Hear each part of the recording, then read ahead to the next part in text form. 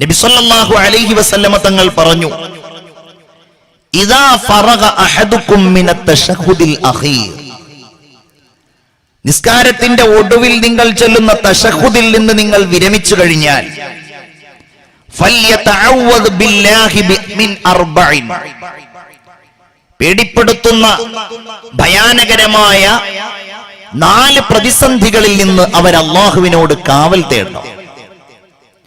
നിസ്കാരം എന്നതിന്റെ അർത്ഥം തന്നെ പ്രാർത്ഥന എന്നാണ്. അസ്വലാഹ് ദുആ ആണ്, പ്രാർത്ഥനയാണ്. 2 റക്അത്താണെങ്കിലും 4 റക്അത്താണെങ്കിലും അതിന്റെ പ്രാരംഭ ചടങ്ങുകൾ മുതൽ, വുളൂഇന്റെ ഒരുക്കങ്ങൾ മുതൽ, വുളൂ ഉൾപ്പെടെ, നിസ്കാരത്തിലേക്കുള്ള പ്രവേശം ഉൾപ്പെടെ, ആ നിസ്കാരത്തിലുള്ള ഓരോ കർമ്മങ്ങളും അള്ളാഹുവിനോടുള്ള ഓരോ തേട്ടങ്ങളാണ്, അവനുള്ള പ്രകീർത്തനങ്ങളാണ്, അള്ളാഹുവിന്റെ മദ്ഹുകളാണ്. നിസ്കാരം അവസാനിക്കാൻ പോവുകയാണ്. എല്ലാം കഴിഞ്ഞു, അവസാന ഇരുന്നിങ്ങനെ പടച്ചവനെ പ്രകീർത്തിച്ച് അള്ളാഹുവിന്റെ മുമ്പിൽ സർവവും സമർപ്പിച്ച് അത്തഹിയ്യാത്തുൽ മുബാറകാത്ത് എല്ലാം ചൊല്ലിയിട്ട്, സ്വലാത്തും സലാമും ഒക്കെ ചൊല്ലിയിട്ട് സലാം വീട്ടി പിരിയുന്നതിന്റെ തൊട്ടു മുൻപായി ഈ പ്രാർത്ഥന നമ്മൾ ചൊല്ലുന്നുണ്ട്. അതെന്താണ്? ഒന്ന് മിൻ അദാബി ജഹന്നം, നരകത്തിലെ ശിക്ഷയാണ്. വമിൻ അദാബിൽ ഖബർ, രണ്ടാമത്തേത് ഖബറിലുള്ള അദാബാണ്, ഖബറിലുള്ള പ്രതിസന്ധികൾ, പ്രയാസങ്ങൾ, ശിക്ഷകൾ അതിൽ നിന്നാണ്. മൂന്നാമത്തേതോ വമിൻ ഫിത്നത്തിൽ മഹ്യാ വൽ മമാത്, ജീവിതത്തിന്റെയും മരണത്തിന്റെയും കുഴപ്പങ്ങളിൽ നിന്നാണ്. നാലാമത്തേത് വമിൻ ശർരി ഫിത്നത്തിൽ മസീഹിദ് ദജ്ജാൽ, ലോകത്ത് കടന്നു വരാൻ പോകുന്ന ഏറ്റവും അഭിശപ്തനായ, ലോകത്തെ മുഴുവൻ കുഴപ്പത്തിലേക്കും അള്ളാഹുവിനോടുള്ള വിരോധത്തിലേക്കും എത്തിക്കുന്ന മസീഹുദ് ദജ്ജാലിന്റെ കുഴപ്പങ്ങളിൽ നിന്നാണ് ഓരോ വിശ്വാസിയും അവന്റെ നിസ്കാരത്തിനൊടുവിൽ കാവൽ തേടുന്നത്. എല്ലാ പ്രതിസന്ധികളിൽ നിന്നുമുള്ള സുരക്ഷ ചോദിച്ചുകൊണ്ടാണ്, അതെല്ലാവർക്കും വേണ്ടി ആഗ്രഹിച്ചുകൊണ്ടാണ്. അഥവാ അസ്സലാമു അലൈക്കും വറഹ്മത്തുള്ളാഹി വബറകാതുഹു, എല്ലാവരുടെ മേലിലും സമാധാനം തേടിക്കൊണ്ടാണ് ഒരു വിശ്വാസി നിസ്കാരത്തിൽ നിന്ന് വിരമിക്കുന്നത്. നമ്മളെല്ലാവരും ഇത് ചെയ്യുന്നവരാണ്. പക്ഷേ ഞാൻ ചോദിക്കട്ടെ, മനസ്സിന്റെ ഉള്ളിൽ നിന്ന്, ഹൃദയത്തിന്റെ അടിത്തട്ട് സ്പർശിച്ച രീതിയിലുള്ള ഒരു ചോദ്യം, ഒരു പ്രാർത്ഥന, ഈ പറഞ്ഞ കാര്യങ്ങളിൽ നിന്നുമുള്ള കാവൽ തേട്ടമായി നാം അള്ളാഹുവിന്റെ മുമ്പിൽ സമർപ്പിക്കാറുണ്ടോ? ഉണ്ടെങ്കിൽ നമ്മുടെ ജീവിതം ഇങ്ങനെയാവില്ലല്ലോ. ഗൗരവത്തോടെ നമ്മൾ മനസ്സിലാക്കേണ്ട കാര്യമാണ്. ഖബർ എന്ന് പറഞ്ഞാൽ പൊതുവിൽ നാം അതിനെക്കുറിച്ച് മനസ്സിലാക്കിയിരിക്കുന്നത് മണ്ണിൽ നമുക്ക് വേണ്ടി സൃഷ്ടിക്കപ്പെടുന്ന, മരണാനന്തരം സൃഷ്ടിക്കപ്പെടുന്ന ആ കുഴിമാടം എന്നുള്ളതാണ്. പൊതുവിൽ അതായതുകൊണ്ടാണ് ഖബറിനെ കുറിച്ച് നമ്മൾ ആ രീതിയിൽ വിലയിരുത്തപ്പെടുന്നത്. അതല്ലാത്ത എത്രയോ ഖബറുകൾ, മനുഷ്യന്റെ മരണാനന്തരമുള്ള അവസ്ഥകൾ ഉണ്ടാവാറുണ്ട് എന്നത് നമുക്കെല്ലാവർക്കും അറിയാം. ചില ആളുകൾ മരണപ്പെട്ടു കഴിഞ്ഞാൽ അവരുടെ ശരീരം കത്തിക്കൽ പതിവുണ്ട്. അതിന്റെ എല്ലുകളും അവശിഷ്ടങ്ങളും അവർ കൊണ്ടുപോയി നിമജ്ജനം ചെയ്യും നദികളിൽ. ചില ആളുകൾ അവരുടെ ശരീരം പ്രത്യേകമായി സൂക്ഷിക്കാറുണ്ട്. ക്രയോജനിക്സ് എന്ന് പറയുന്ന ഒരു രീതിയെക്കുറിച്ച് ഒരുപക്ഷെ നിങ്ങൾ ഈ അടുത്ത് മീഡിയകളിൽ വായിച്ചിട്ടുണ്ടാകും. ചില ആളുകൾ മരിച്ചു കഴിഞ്ഞാൽ അവരുടെ അനന്തരഗാമികൾ ആ ശരീരത്തെ ചെയ്യേണ്ട ചില കാര്യങ്ങളെ സംബന്ധിച്ച് വസിയ്യത്ത് എഴുതി വെക്കാറുണ്ട്. പ്രത്യേകിച്ച് ധനാഢ്യരായ ആളുകൾ കോടിക്കണക്കിന് രൂപ ചെലവഴിച്ചാൽ അവരുടെ ശരീരം ക്രയോജനിക്സിന് വിധേയമാക്കപ്പെടും. അഥവാ സാധാരണ വെള്ളം ഫ്രീസാവുന്ന, അത് തണുത്തുറയുന്ന ഒരവസ്ഥയുണ്ട്. 100 ഡിഗ്രി സെൽഷ്യസ് ചൂടാവുക, അതല്ലെങ്കിൽ അതിന്റെ പിന്നോട്ട് ഇങ്ങോട്ട് വന്നു കഴിഞ്ഞിട്ടുണ്ടെങ്കിൽ വെള്ളം ഐസായി മാറി. അതിന്റെയും താഴെ ഏറ്റവും ശക്തമായ രീതിയിൽ തണുപ്പ് ശരീരത്തിലേക്ക് സന്നിവേശിപ്പിച്ച് മരണപ്പെട്ടു കഴിഞ്ഞാൽ ശരീരത്തിനുണ്ടാകുന്ന ഭൗതികമായിരിക്കുന്ന മാറ്റങ്ങളെ ഇല്ലാതെയാക്കുവാനുള്ള ലായനികളും മറ്റു ചേരുവകളും ശരീരത്തിലേക്ക് പ്രവേശിപ്പിച്ച് ശരീരം ഒരു കേടുപാടും കൂടാതെ സൂക്ഷിക്കുന്ന സമ്പ്രദായമാണ് ക്രയോജനിക്സ് എന്നറിയപ്പെടുന്നത്. നൂറുകണക്കിന് ആളുകൾ തങ്ങളുടെ ശരീരത്തെ ക്രയോജനിക്സിന് വിധേയമാക്കിയിട്ടുണ്ട്. ഏതാനും മാസങ്ങൾക്ക് മുമ്പ് ക്യാൻസർ ബാധിച്ച് വേദനിച്ച് ജീവിച്ചു മരിച്ചുപോയ ഒരു പെൺകുട്ടി ആ മരണത്തിന്റെ തൊട്ടു മുൻപ് എന്റെ ശരീരം ക്രയോജനിക്സിന് വിധേയമാക്കി സൂക്ഷിക്കണം എന്ന് ഏറ്റവും പ്രധാനപ്പെട്ട ആളുകളോട് പറഞ്ഞ് അത് ഏറ്റെടുത്ത ഒരു വാർത്ത പത്രങ്ങളിൽ നമ്മൾ കണ്ടിരുന്നു. എന്താണ് ഇതിന്റെ ലക്ഷ്യം എന്നുള്ളതാണ് കൗതുകകരം. എന്താ ലക്ഷ്യം? എന്നെങ്കിലും ശാസ്ത്രം രണ്ടാമത് ഈ മരിച്ചുപോയ മനുഷ്യനിലേക്ക് ജീവൻ നൽകാൻ കഴിയും എന്ന് കണ്ടെത്തി കഴിഞ്ഞാൽ ഞങ്ങളുടെ ശരീരം ഇവിടെയുണ്ടല്ലോ, ആ ശരീരത്തിലേക്ക് ഇനി ജീവൻ സന്നിവേശിപ്പിക്കപ്പെടണം. ഭൗതികതയുടെ ഈ പ്രമത്തത, ഐഹിക ലോകത്തിന്റെ ഈ സുഖാഡംബരങ്ങൾ അനുഭവിച്ചു മതിയാകാത്ത ഞങ്ങൾക്കിനിയും അത് അനുഭവിക്കണം. അള്ളാഹുവിനെ വെല്ലുവിളിച്ചുകൊണ്ട് അവന്റെ വിധികളെ പുച്ഛിച്ചുകൊണ്ട് ശരീരത്തെ ക്രയോജനിക്സിന് വിധേയമാക്കി സൂക്ഷിക്കുന്ന ആളുകൾ അവരുടെ ശരീരം മണ്ണോട് ചേരുന്നില്ലല്ലോ, അവരുടെ ഖബർ എവിടെയാണ്? കൊടുങ്ങല്ലൂരിനടുത്ത് കാതിയാളം എന്ന് പറയുന്ന സ്ഥലത്ത് തൊട്ടടുക്കലുള്ള പ്രദേശത്ത് സ്കൂളിൽ ഹെഡ് മാസ്റ്ററായി വിരമിച്ച സൈമൺ എന്ന് പറയുന്ന ഒരു മനുഷ്യനുണ്ടായിരുന്നു. അദ്ദേഹം ഇസ്ലാമിലേക്ക് കടന്നു വന്നു. സൈമൺ മാസ്റ്റർ മുസ്ലിമായതിനു ശേഷം ഇസ്ലാമിനെ കുറിച്ചും അദ്ദേഹം മുൻപുണ്ടായിരുന്ന ക്രിസ്തു മതത്തെ സംബന്ധിച്ചും ഖുർആനിന്റെയും ബൈബിളിന്റെയും അടിസ്ഥാനത്തിൽ പഠനങ്ങളും പ്രഭാഷണങ്ങളും നടത്തുകയും അതിനെക്കുറിച്ച് അദ്ദേഹം ഗ്രന്ഥങ്ങൾ രചിക്കുകയും വരെ ചെയ്തു. മുഹമ്മദ് എന്ന അദ്ദേഹം പേര് സ്വീകരിച്ചു. സൈമൺ മാസ്റ്റർ ഹജ്ജ് ചെയ്തു, മുഹമ്മദ് ഹാജിയായി. അദ്ദേഹം കാതിയാളം എന്ന് പറയുന്ന കൊടുങ്ങല്ലൂരിനടുത്തുള്ള ഒരു മഹല്ലിൽ അംഗത്വമെടുത്തു. അദ്ദേഹം ആ മഹല്ലുകാരോട് പറഞ്ഞിരുന്നു, ഞാൻ മരിച്ചാൽ എന്നെ നിങ്ങൾ ഈ മഹല്ലിൽ തന്നെ മറമാടണം, ഈ ഖബർസ്ഥാനിൽ തന്നെ എന്നെ മറമാടണം, കാരണം ഞാൻ ഈ മഹല്ലിലെ അംഗമാണ്. ഇസ്ലാമിക പ്രവർത്തനങ്ങളിലും പ്രബോധനങ്ങളിലും അദ്ദേഹം സജീവമായി ഇടപെട്ടിരുന്നു. ഏതാനും ദിവസങ്ങൾക്ക് മുമ്പ് സൈമൺ മാസ്റ്റർ മരിച്ചു, മുഹമ്മദ് ഹാജി മരിച്ചു. രോഗിയായി കിടക്കുന്ന അദ്ദേഹത്തിന്റെ അബോധാവസ്ഥയെ, നിസ്സഹായാവസ്ഥയെ ചിലർ ചൂഷണം ചെയ്തു. രാജ്യത്തിന്റെ നീതിബോധത്തോടും നന്മയോടും ഒരിക്കലും യോജിക്കാത്ത രീതിയിൽ പാവപ്പെട്ട ആ മനുഷ്യന്റെ കൈവിരലടയാളം അവർ സ്വന്തം ശരീരത്തെ മെഡിക്കൽ വിദ്യാർത്ഥികൾക്ക് ദാനം ചെയ്യുന്നു എന്ന് പറഞ്ഞുകൊണ്ടുള്ള ഒരു സമ്മതപത്രത്തിൽ പതിപ്പിക്കുകയുണ്ടായി. സൈമൺ മാസ്റ്ററുടെ ശരീരം ഇന്ന് കോട്ടയം മെഡിക്കൽ കോളേജിലെ വിദ്യാർത്ഥികൾക്ക് പഠിക്കാൻ വേണ്ടി നൽകിയിരിക്കുകയാണ്. മുസ്ലിമായി പോയതിന്റെ പേരിൽ തന്റെ കുടുംബാംഗങ്ങൾ ചെയ്യുന്ന പ്രതികാരം ഏറ്റവും മോശമായ രീതിയിൽ നമ്മുടെ പാവപ്പെട്ട ആ സഹോദരൻ അനുഭവിക്കേണ്ടി വന്നു. സൈമൺ മാസ്റ്ററുടെ നിസ്സഹായാവസ്ഥയെ ചൂഷണം ചെയ്ത് വ്യാജമായി പലരും എഴുതിയുണ്ടാക്കിയ ആ സമ്മതപത്രത്തിലാണ് അദ്ദേഹം കയ്യൊപ്പിട്ടിട്ടുള്ളത്. അദ്ദേഹത്തിന്റെ യഥാർത്ഥ വസിയ്യത്ത് അദ്ദേഹം തന്റെ മഹല്ലിന്റെ ഭാരവാഹികളോട് പറഞ്ഞത് തീർച്ചയായും ആ ഭാരവാഹികൾ കോടതിയുടെ മുമ്പിൽ പറയുന്നുമുണ്ട്. അള്ളാഹു സത്യത്തെ വിജയിപ്പിക്കുമാറാവട്ടെ എന്ന് ഞാൻ സാന്ദർഭികമായി ദുആ ചെയ്യുകയാണ്. അങ്ങനെയുള്ള ഒരാളാണ് എങ്കിൽ എവിടെയായിരിക്കും അയാളുടെ ഖബർ?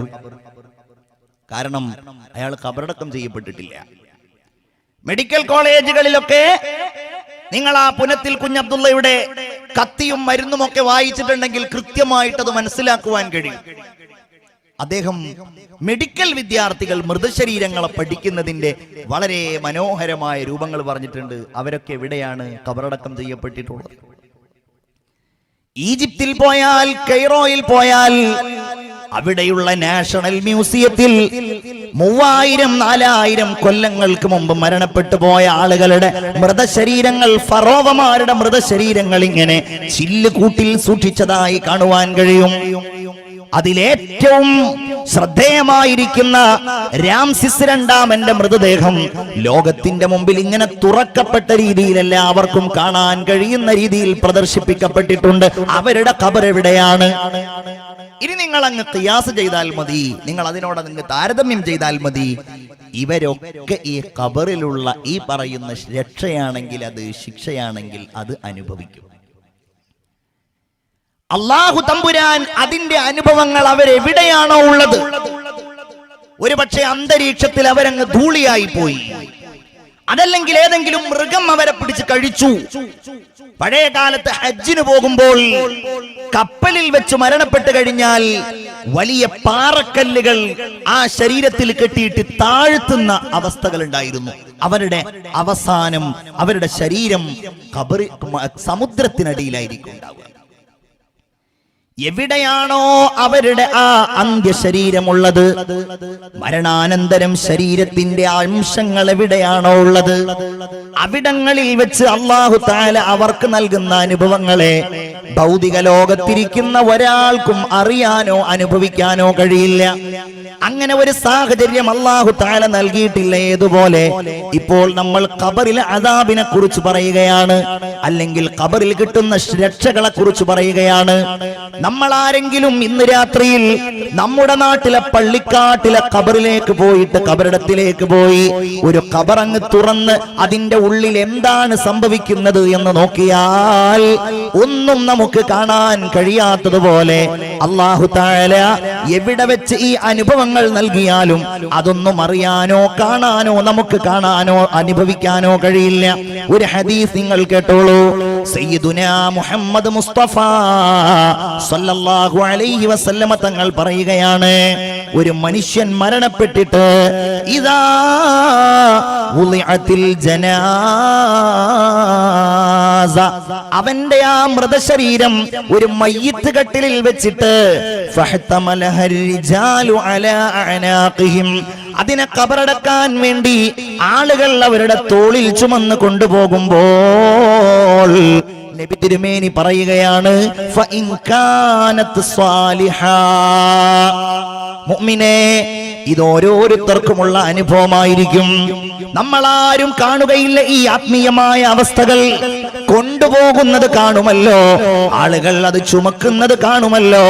ആ മയ്യിത്ത് കട്ടിലിലുള്ളയാള് നല്ല മയ്യിത്താണെങ്കിൽ, ഈമാനുള്ള മയ്യിത്താണെങ്കിൽ, ഇഖ്ലാസുള്ള മയ്യിത്താണെങ്കിൽ, തഖ്വയുള്ള മയ്യിത്താണെങ്കിൽ ആ മയ്യിത്ത് വിളിച്ചു പറയുന്നത് ഖദ്ദിമൂനി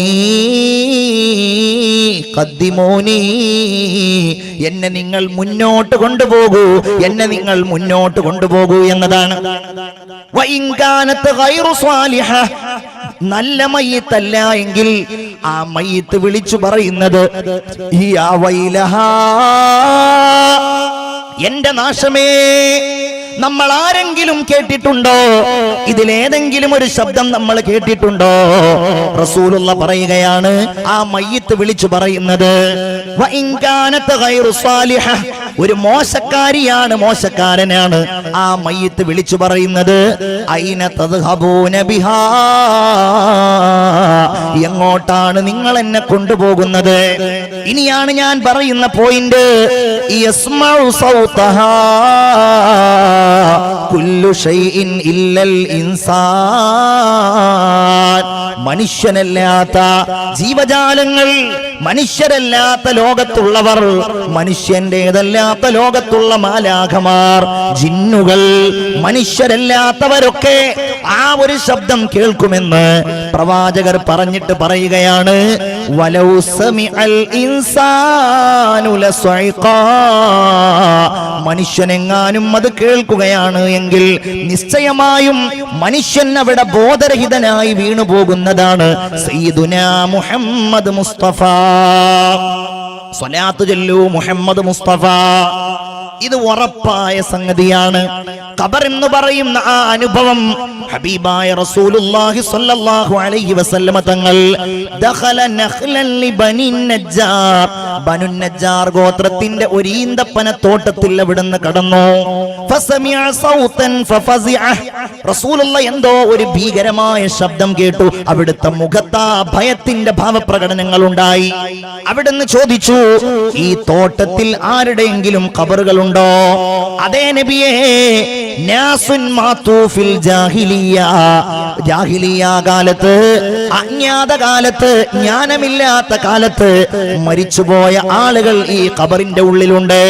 ഹബീബായ റസൂലുള്ളാഹി പറഞ്ഞു, തഅവ്വദു ബില്ലാഹി മിൻ അദാബിന്നാർ വമിൻ ഫിത്നത്തിൽ മസീഹിദ് ദജ്ജാൽ,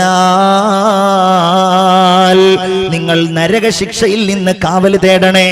പ്രവാചകർ പറഞ്ഞു, നിങ്ങൾ പിശാചിന്റെ ദജ്ജാലിന്റെ ഫിത്നയിൽ നിന്നും നിങ്ങൾ കാവൽ തേടണേ. റസൂലേ, എന്തിനാണ് അങ്ങനെ ഞങ്ങൾ കാവൽ തേടുന്നത്?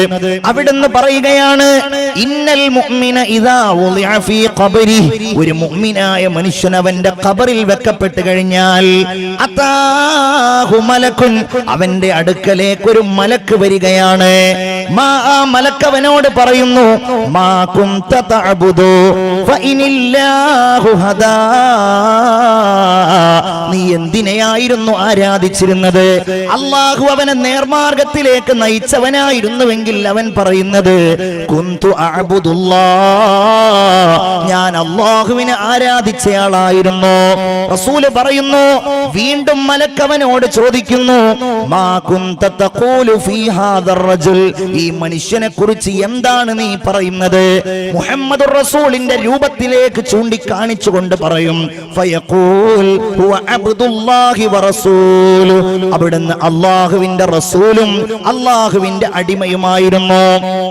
ഇങ്ങനെ ഒന്നുകിൽ അവന് ആ ഖബറിൽ രക്ഷ നൽകുകയും അതല്ലെങ്കിൽ ആ ഖബറിൽ അവന് ശിക്ഷ നൽകുകയും ചെയ്യുമെന്ന് സയ്യിദുനാ വ നബിയുനാ മുഹമ്മദ് മുസ്തഫ സ്വല്ലല്ലാഹു അലൈഹി വസല്ലം. ഖബറിൽ ഈ ഒരു അനുഭവമുണ്ട്. നിങ്ങൾ മനസ്സിലാക്കണം, എവിടെയാണോ മരണാനന്തരമുള്ളത് അവിടങ്ങളിലുണ്ട്. ബിസ്മില്ലാഹിർ റഹ്മാനിർ റഹീം. ഫവഖാഹു അല്ലാഹു സയ്യിആതി മാ മകറൂ വഹാഖ ബിആലി ഫിർഔന സൂഉൽ അദാബ്. കലീമുല്ലാഹി മൂസ അലൈഹിസ്സലാമിനെ അവരുടെ സകലമാന വഞ്ചനയിൽ നിന്നും അല്ലാഹു കാക്കുകയും ഫിർഔനിനെയും അവന്റെ കക്ഷികളെയും ഏറ്റവും മോശമായ രീതിയിൽ അല്ലാഹു തആല ശിക്ഷിക്കുകയും ചെയ്തു. മരണാനന്തരം അവരനുഭവിക്കുന്ന ജീവിതം എങ്ങനെയാണ്? അഥവാ അവരുടെ ഖബറുകളിൽ, അവർ കടലിനടിയിലാണെങ്കിൽ അങ്ങനെ, അവർ നേരത്തെ പറഞ്ഞതുപോലെ ചില്ലിന്റെ കൂട്ടിലാണെങ്കിൽ അങ്ങനെ, അന്നാറു യുറളൂന അലൈഹാ ഉദുവൻ വഅശിയ്യാ, ഓരോ പ്രഭാതത്തിലും പ്രദോഷത്തിലും ഫറോവയ്ക്കും അവന്റെ ആളുകൾക്കും നരകം ഇങ്ങനെ വെളിവാക്കപ്പെടുന്നുണ്ട് എന്ന് പരിശുദ്ധ ഖുർആൻ, അല്ലാഹു തമ്പുരാൻ ഖുർആനിലൂടെ നമ്മോട് പറയുകയാണ്.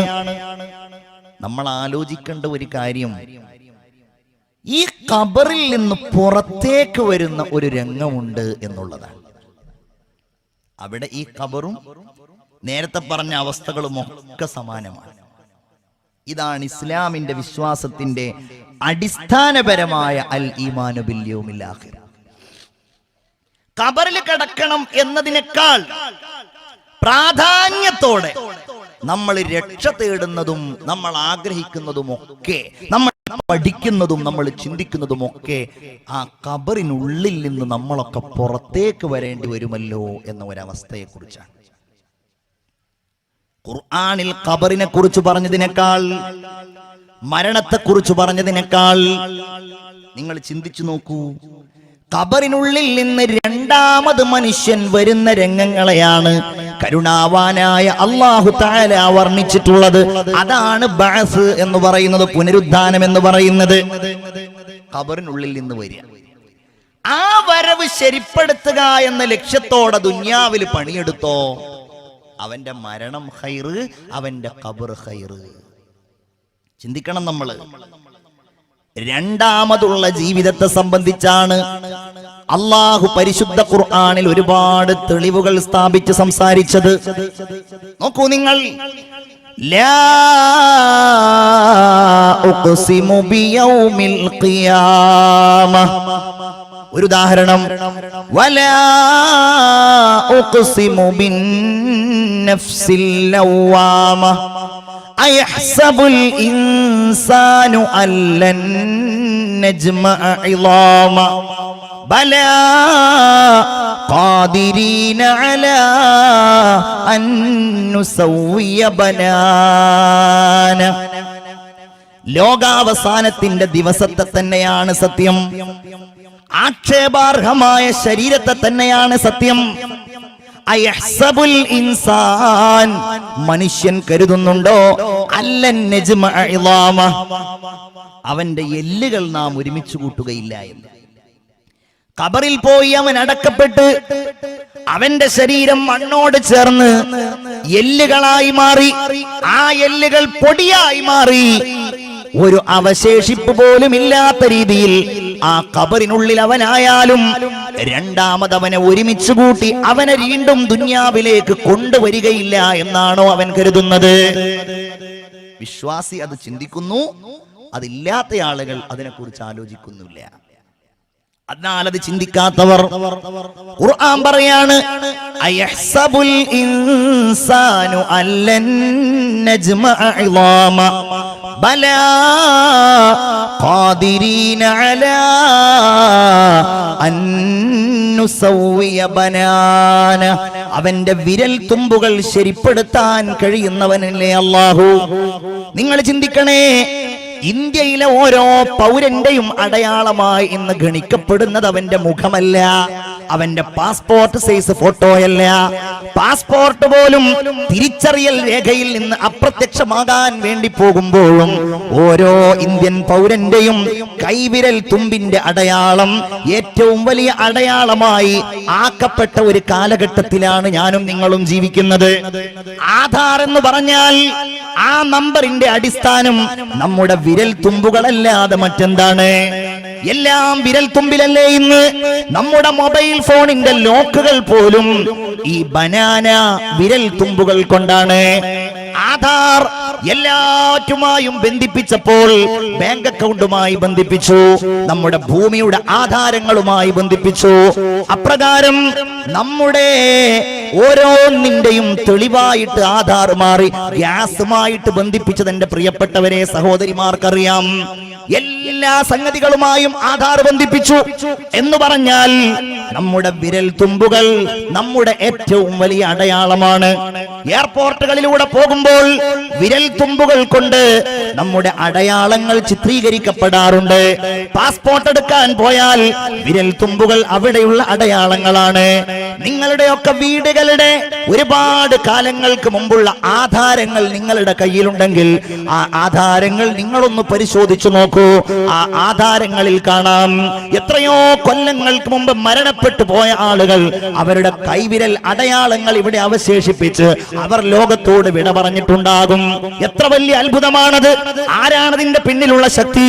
കുറ്റാന്വേഷണങ്ങളിൽ ജേക്കബ് തോമസിനെ പോലെയുള്ള കുറ്റാന്വേഷകന്മാർ വിരൽ തുമ്പിന്റെ അത്ഭുതങ്ങളെ കുറിച്ച് വാത്തോരാതെ എഴുതിയത് ഞാൻ വായിച്ചിട്ടുണ്ട്, പറയുന്നത് ഞാൻ കേട്ടിട്ടുണ്ട്.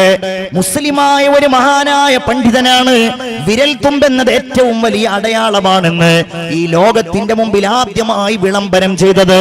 ഇങ്ങനെ ലോകത്തുള്ള ഓരോ മനുഷ്യർക്കും വ്യത്യസ്തങ്ങളായ വിരൽ തുമ്പുകൾ സൃഷ്ടിക്കാൻ കഴിഞ്ഞ അല്ലാഹു തആല ബലാ യഹ്സബുൽ ഇൻസാൻ അല്ലൻ നജ്മഅ ഇളാമ.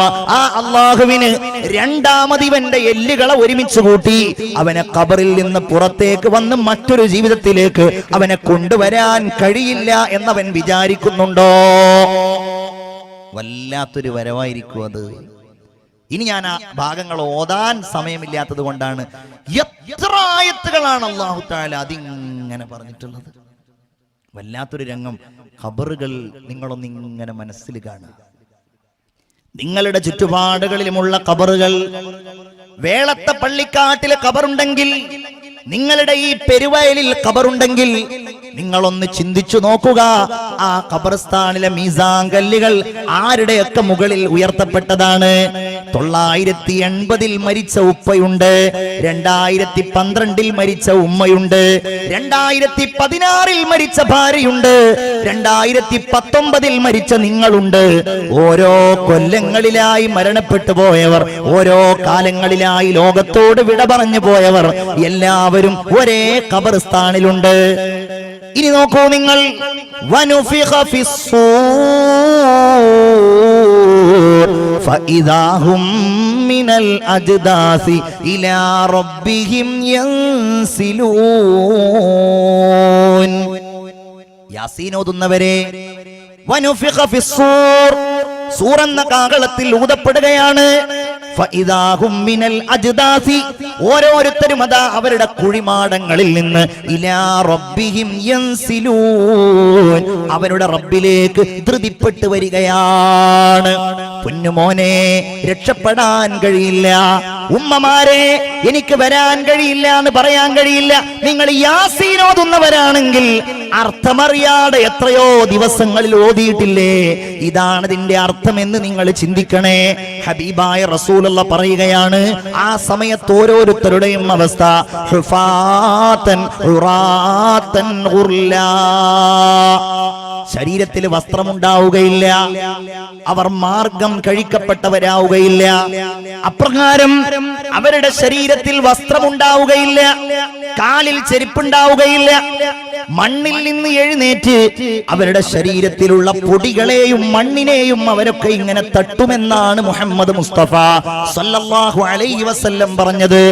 അൽ ഖാരിയ, ഭയാനകമായ സംഭവം. മൽ ഖാരിയ, അതെന്താണ് ആ ഭയാനകമായ സംഭവം? വമാ അദ്റാക മൽ ഖാരിയ, എന്താണതെന്ന് നിങ്ങൾക്കറിയുമോ? അൽ ഖാരിയതു മൽ ഖാരിയ വമാ അദ്റാക മൽ ഖാരിയ. അല്ലാഹു പറയുന്നു, അത് നിങ്ങൾക്ക് ഞാൻ പറഞ്ഞു തരാം. യൗമ യകൂനുൻ നാസു കൽ ഫറാശിൽ മബ്സൂസ്,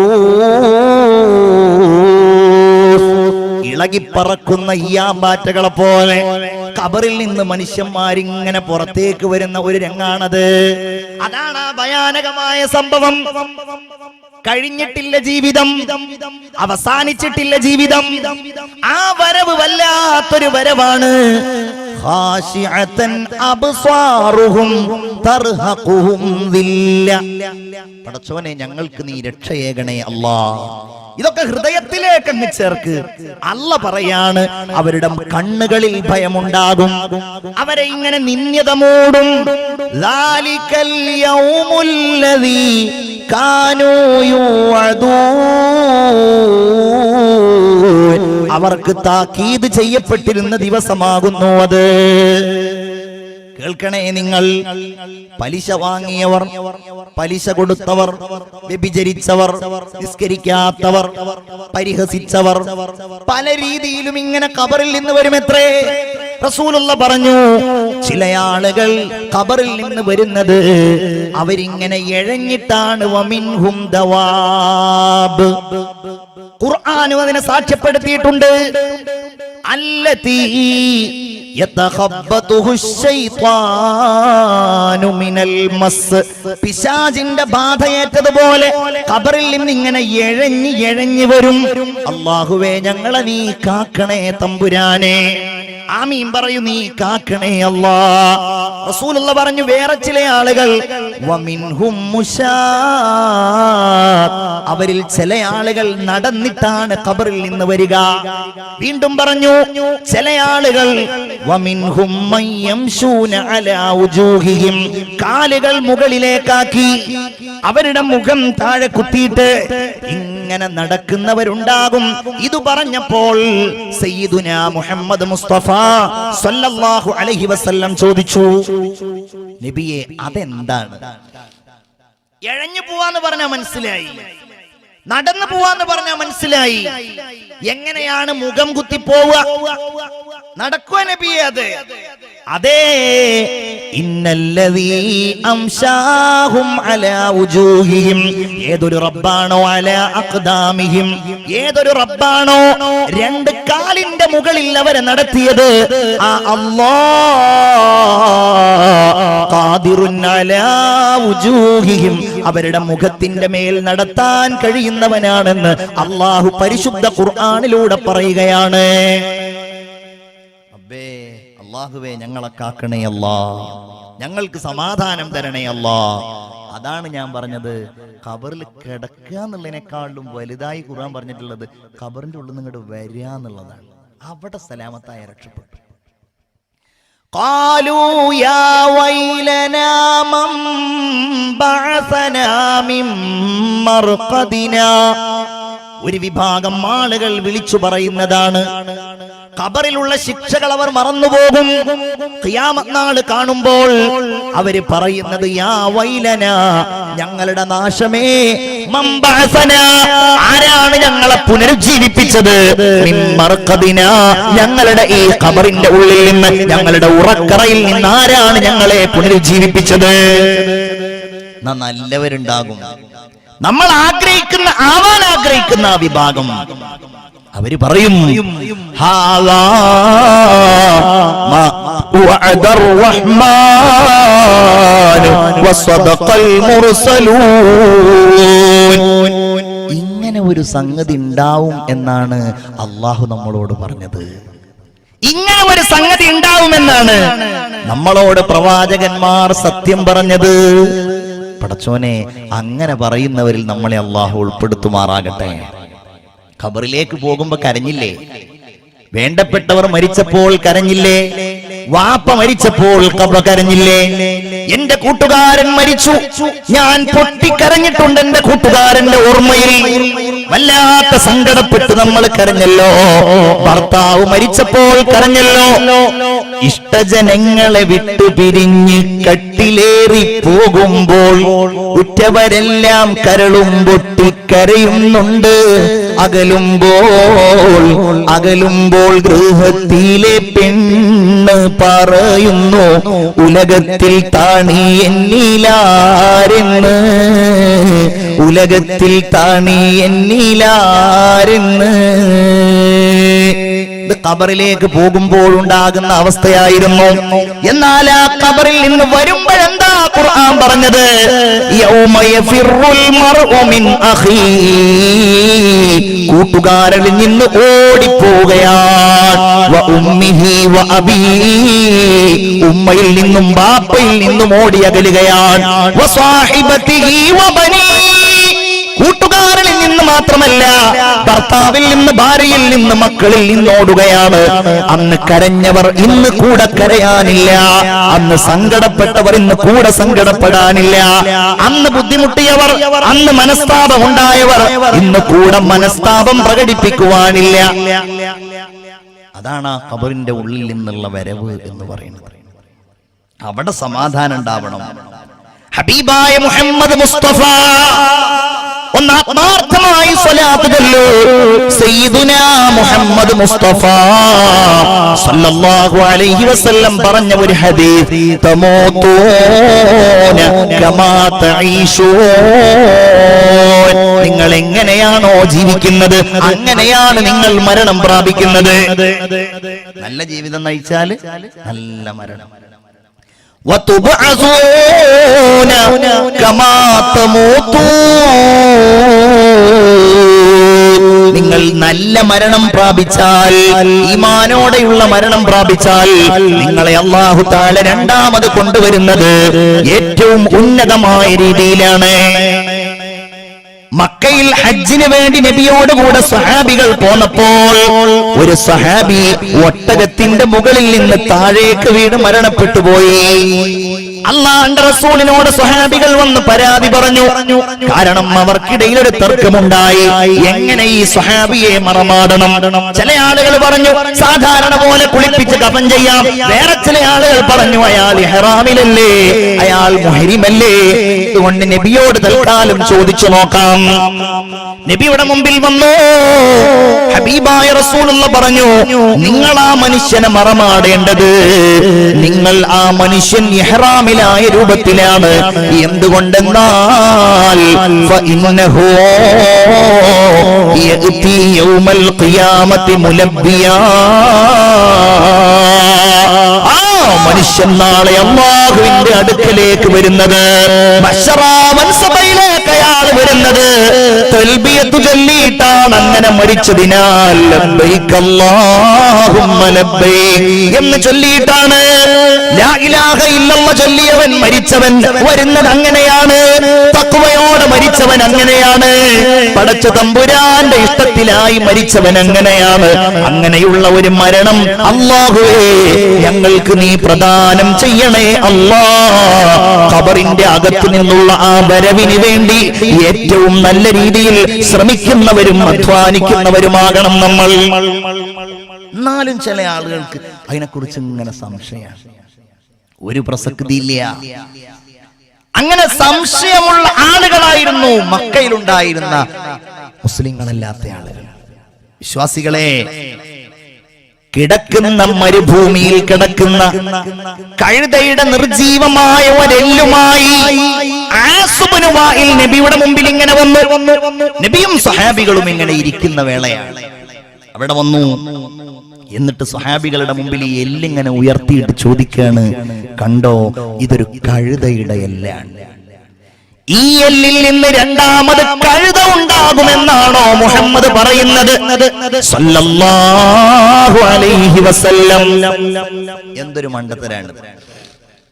ഇനി രണ്ടാമത് മനുഷ്യന്മാരെന്ന് പറഞ്ഞിട്ടുണ്ടെങ്കിൽ ദുനിയാവിൽ ജീവിക്കുക, അത് കഴിഞ്ഞാൽ പിന്നെ അങ്ങ് മണ്ണിലേക്ക് ചേരുക, അതിലപ്പുറം ഇനി ഖബറിലൊരു ജീവിതം, മറ്റത് മറിച്ചത്, അത് കഴിഞ്ഞാൽ രണ്ടാമതൊന്ന്. അങ്ങനെയില്ല. എന്തൊരു മണ്ടത്തരാണ്. ഇത് പറഞ്ഞപ്പോഴാണ് അല്ലാഹു മറുപടി പറഞ്ഞത്. ബിസ്മില്ലാഹിർ റഹ്മാനിർ റഹീം. وضرب لنا مثلا ونسي خلقه قال من يحيي العظام وهي رميم. അവൻ ഉദാഹരണം പറയുകയാണ്. അവൻ ഇതാ കഴുതയുടെ എല്ല് ഉദാഹരണമായി കൊണ്ടുവരികയാണ്. എന്നിട്ടോ അവനവൻ എങ്ങനെയാണ് ഉണ്ടായത് എന്ന് മറന്നിരിക്കുകയാണ്. അവൻ ചോദിക്കുന്നത്